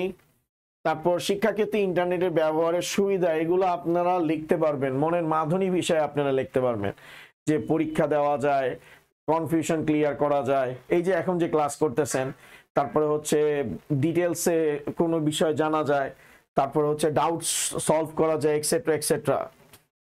ভার্চুয়াল ক্লাসরুম কি? এটা আপনারা জানেন, এই যে এখন একটা ভার্চুয়াল ক্লাসরুম হচ্ছে, আমি এক জায়গা থেকে ক্লাস নিতেছি, আপনারা যে কোনো জায়গা থেকে ক্লাসটা অ্যাক্সেস করতে পারতেছেন। অর্থাৎ এখানে অসংখ্য স্টুডেন্ট কি করতে পারে? বেনিফিট নিতে পারে। তো ইন্টারনেটের থ্রুতে শিক্ষার্থীদেরকে যে পড়ানো হয়, এটা ডিস্টেন্স এডুকেশনের একটা পার্টও বলে, এটাকে আগে ডিস্টেন্স এডুকেশন বলা হইতো, এখন আমরা ভার্চুয়াল ক্লাসরুম বলি, ঠিক আছে। ভার্চুয়াল ক্লাসরুমের বৈশিষ্ট্যগুলো দেওয়া আছে, এগুলো আপনারা নিজেরাই পারবেন, কারণ আপনারা অলরেডি এটা এক্সপিরিয়েন্স করছেন এবং খুব সুন্দরভাবে এটা লিখতে পারবেন। এটা দিলে তো পুরাই কোপ হবে। তারপরে হচ্ছে মনে করেন এখনকার দিনে ইন্টারনেটে মেসেজের জন্য কেউ এগুলো ইউজ করে না, ইন্টারনেটের মাধ্যমে যোগাযোগের জন্য হোয়াটসঅ্যাপ থাকতে আর ইন্টারনেটে এগুলো কেন আমরা ইউজ করবো? AOL, ইয়াহু তো শেষ, MSN এগুলো কেউ ইউজ করে না। আমরা গুগল মিট ইউজ করি, জুম ইউজ করি কমিউনিকেশনের জন্য, তারপর হচ্ছে মেসেঞ্জার ইউজ করি, হোয়াটসঅ্যাপ। আমরা যারা আছি, এই যে ডাউট সলভিং সেশন, ইনফ্যাক্ট আজকের ক্লাস রিগার্ডিং কারো যদি ডাউট থাকে, আপনারা আমাকে হোয়াটসঅ্যাপের থ্রুতে নক করতে পারবেন, ঠিক আছে। তারপর হচ্ছে খান একাডেমি ও বাংলা ভাষার খান একাডেমি সম্পর্কে লিখো, ঠিক আছে। খান একাডেমি স্যার একটা বিদেশি, মানে একটা হচ্ছে US based non profit organisation, যারা হচ্ছে শিক্ষাকে ফ্রিতে মানুষের কাছে পৌঁছায় দিতে চাইতেছে। তাদের মেইন মোটো হচ্ছে যে শিক্ষা সবার জন্য হবে, এবং সেই ধারাবাহিকতায় তারা বিভিন্ন ভাষায় এই মনে করেন যে এই শিক্ষার কার্যক্রমটা শুরু করছে বিভিন্ন দেশের সাথে বিভিন্ন ভাষায়, এবং সেটার কার্যক্রম হিসাবে তারা বাংলা ভাষায় সেটা প্রচলন করে। এবং মানে সহজ কথায় যে তিনি এটা 2006 সালে এই সাইটটি প্রতিষ্ঠা করেন। এই সাইটে প্রায় 3400টি ছোট ছোট ভিডিওর মাধ্যমে ব্যাখ্যা করা হয়। আসলে ভিডিও ছাড়া তো ব্যাখ্যা করা হয় না। এটা মেইনলি এই ঘটনাটা খুবই ইন্সপায়ারিং। আমি যখন ইউনিভার্সিটিতে পড়ি, মানে আমি আসলে ইন্সপায়ার্ড হয়েছিলাম কেমনে, তো আমি ইন্সপায়ার্ড হয়েছিলাম যে আমি খান একাডেমির এই মানে অনলাইন কোর্স এগুলা, এটা আমার একটা ইউনিভার্সিটির প্রজেক্ট ছিল। তো আমি যখন ইউনিভার্সিটিতে ছিলাম 2000 বিশেষ করে 7-8 মানে 2010-এর দিকে আমার প্রজেক্ট ছিল একটা ডিস্টেন্স এডুকেশন। তো ওইটা ঘাটাঘাটি করার সময় আমি খান একাডেমির ব্যাপারে জানতে পারি। তো খান একাডেমিতে জিনিসটা হয়েছে যে সে তার এক কাজিন ছিল, সে ম্যাথে উইক ছিল। তো সে ম্যাথের কি করছে ভিডিও, মানে তার কাজিন অনেক দূরে থাকে, তো কাজিনের ম্যাথের ব্যাপারে অনেক সমস্যা হচ্ছে, স্ট্রাগলিং করতেছে, আবার খান সাহেব ম্যাথে খুব ভালো। তো তিনি কি করছে তার কাজিনের সমস্যা সমাধান করার জন্য তিনি হচ্ছে একটা ভিডিও বানাইছে এবং সেটা ভিডিও বানায় ইউটিউবে আপলোড করছে। কারণ তখন তো এরকম ফেসবুক এগুলা কিছু ছিল না। ফেসবুক 2004-এ আসে, বাট ফেসবুক আস্তে আস্তে পপুলার হয়েছে। ফেসবুকে এখন যত ফিচার আছে তখন কিন্তু এত ফিচার ছিল না, ঠিক আছে। 2004 সালে ফেসবুক মিস্টার জাকারবার্গ হচ্ছে ডেভেলপ করছে। তো মিস্টার খান কি করছে যে তিনি হচ্ছে একটা ভিডিও বানাইছে ম্যাথে, সেটা ইউটিউবে আপলোড করছে এবং ইউটিউবে আপলোড করার পর ওর ফ্রেন্ড মানে ওনার কাজিন এটা দেখছে, দেখে উপকৃত হয়েছে। ওই মিন টাইমে আস্তে আস্তে করে অন্যান্য মানুষজনও দেখছে, দেখার পর তারাও এটার ব্যাপারে পজিটিভ কমেন্ট করছে, আরে আপনি খুব জোস বুঝান। তো সে ওইখান থেকে ইন্সপায়ার্ড হয়েছে এবং সে কন্টিনিউয়াসলি ভিডিও আপলোড করা শুরু করছে। এক সময় মিস্টার বিল গেটস দেখলো যে তার বাসায় যে তার মেয়ে হচ্ছে ওই ভিডিওগুলো দেখতেছে এবং সে ম্যাথের প্রবলেমগুলো সলভ করতেছে। তো ওইখান থেকে পরবর্তীতে বিল গেটস এই জিনিসটাকে খুব পছন্দ করছে এবং তারা সর্বপ্রথম মিস্টার খানকে কি করছে ডোনেট করছে। তো ডোনেট করার মাধ্যমে খান একাডেমি কি করছে ফ্লারিশ করছে। ওকে, তো এই হচ্ছে খান একাডেমির ইন এ শর্ট আপনাদেরকে একটা স্টোরি আমি শেয়ার করছি আপনাদের সাথে। ওকে, তো বাংলা ভাষায় খান একাডেমি সম্পর্কে কি জানো লেখো। এখন এটাও ঠিক যে জিপি এবং খান একাডেমি একটা প্রজেক্ট ইনিশিয়েট করছিল যে তাদের যে ইয়েগুলো আছে, লেকচারগুলো আছে, এগুলোকে বাংলায় অনুবাদ করার দায়িত্ব নিয়েছিল এবং সেই প্রজেক্টটা অনেকদিন চলছে, এরপরে আমি জানি না। তো খান একাডেমির কিন্তু বাংলা ভাষায়ও কিন্তু লেকচার আছে, স্প্যানিশ ভাষায়ও লেকচার আছে, এক্সেট্রা এক্সেট্রা অনেক ভাষায় লেকচার আছে। তো ইনের শর্ট আমি খান একাডেমির ব্যাপারে বলছি। তো এইখানে সুন্দরভাবে লিখে দেওয়া আছে যে তিনি আসলে কি করতেছে। ওকে, তো আসলে এই ভিডিওগুলো যেগুলো বানানো হয়েছে এগুলো মেইনলি হচ্ছে ইংলিশ মিডিয়াম শিক্ষার্থীদের উপর বেস করে বানানো হয়েছে। এটা হচ্ছে যে ইউএস বেসড এডুকেশনের উপর যে পিওর সায়েন্স, ন্যাচারাল সায়েন্সের যে সাবজেক্টগুলো আছে, তারপর স্যাট, জিআরই, এই ধরনের ভিডিওগুলো বানানো হয়েছে। আমরা যেগুলো পড়াইতেছি লাইক একাডেমিক, এই ভিডিওগুলো কিন্তু ওই জায়গায় নাই, ঠিক আছে। অর্থাৎ আপনি এখন অ্যালজেব্রা পড়তেছেন, অ্যালজেব্রাতে আপনার হচ্ছে ধরেন যে পার্সেন্টেজের মানে কি বলে, আমি যদি এভাবে বলি, আপনি ট্রিগোনোমেট্রি পড়তেছেন, আপনি জিওমেট্রি পড়তেছেন, তো কিছু কিছু জিওমেট্রি আপনি ম্যাচ পাবেন যেগুলো হচ্ছে খান একাডেমিতে আছে, কিন্তু আপনার যে কারিকুলাম ফলো করতেছেন সেই জিনিসগুলো কিন্তু আপনি ইয়েতে খুঁজে নাও পাইতে পারেন, কি বলে যে খান একাডেমির ভিডিও যে লেকচার আছে সেখানে খুঁজে নাও পাইতে পারেন। তো এই খান একাডেমি সম্বন্ধে মোটামুটি কিছু ইনফরমেশন দেওয়া আছে। তো এই ইনফরমেশনগুলো আপনারা একটু দেখবেন, পরীক্ষার খাতায় লিখবেন। তারপর গণিত বিষয়ক দুটি ওয়েবসাইট সম্পর্কে লিখো। তো এই দুইটা ওয়েবসাইটের আপনি নাম দিয়ে দিবেন, এই তো দুইটা ওয়েবসাইটের নাম দিয়ে দিবেন। ওয়েবসাইটে কি করে, পোলাপাইন প্রশ্ন করে, কোনো সমস্যা থাকলে সেটার ব্যাপারে কোশ্চেন জিজ্ঞেস করে, তারপরে হচ্ছে সমস্যা সমাধান করার সলিউশন পায়, এক্সেট্রা এক্সেট্রা, এই জিনিসগুলো লিখতে পারবেন। ওকে, তো তারপর গণিত করার জন্য আপনি টিউটোরিয়াল দেখতে পারবেন। তো এই বিষয়গুলো সুন্দর মতো গুছাই লিখে দিলেই হবে। তো আই হোপ আপনাদের পরীক্ষা অস্থির হবে, অসাম হবে এবং আমি চ্যাপ্টার 1 থেকে 5 পর্যন্ত আপনাদেরকে একটা সাজেশন প্রোভাইড করার চেষ্টা করেছি, যেটা আপনাদের পরীক্ষায় আপনাদের কাঙ্ক্ষিত সাফল্য অর্জন করতে সহায়তা করবে। তো আপনাদের সাথে দেখা হবে। আমি মোহাম্মদ ইয়াসিন তানভীর আজকের মতো এই ক্লাস থেকে বিদায় নিচ্ছি। আই হোপ আপনাদের পরীক্ষা ভালো হবে, খুব সুন্দর হবে, এই কামনায় আজকের মতো ক্লাস শেষ করছি। ধন্যবাদ।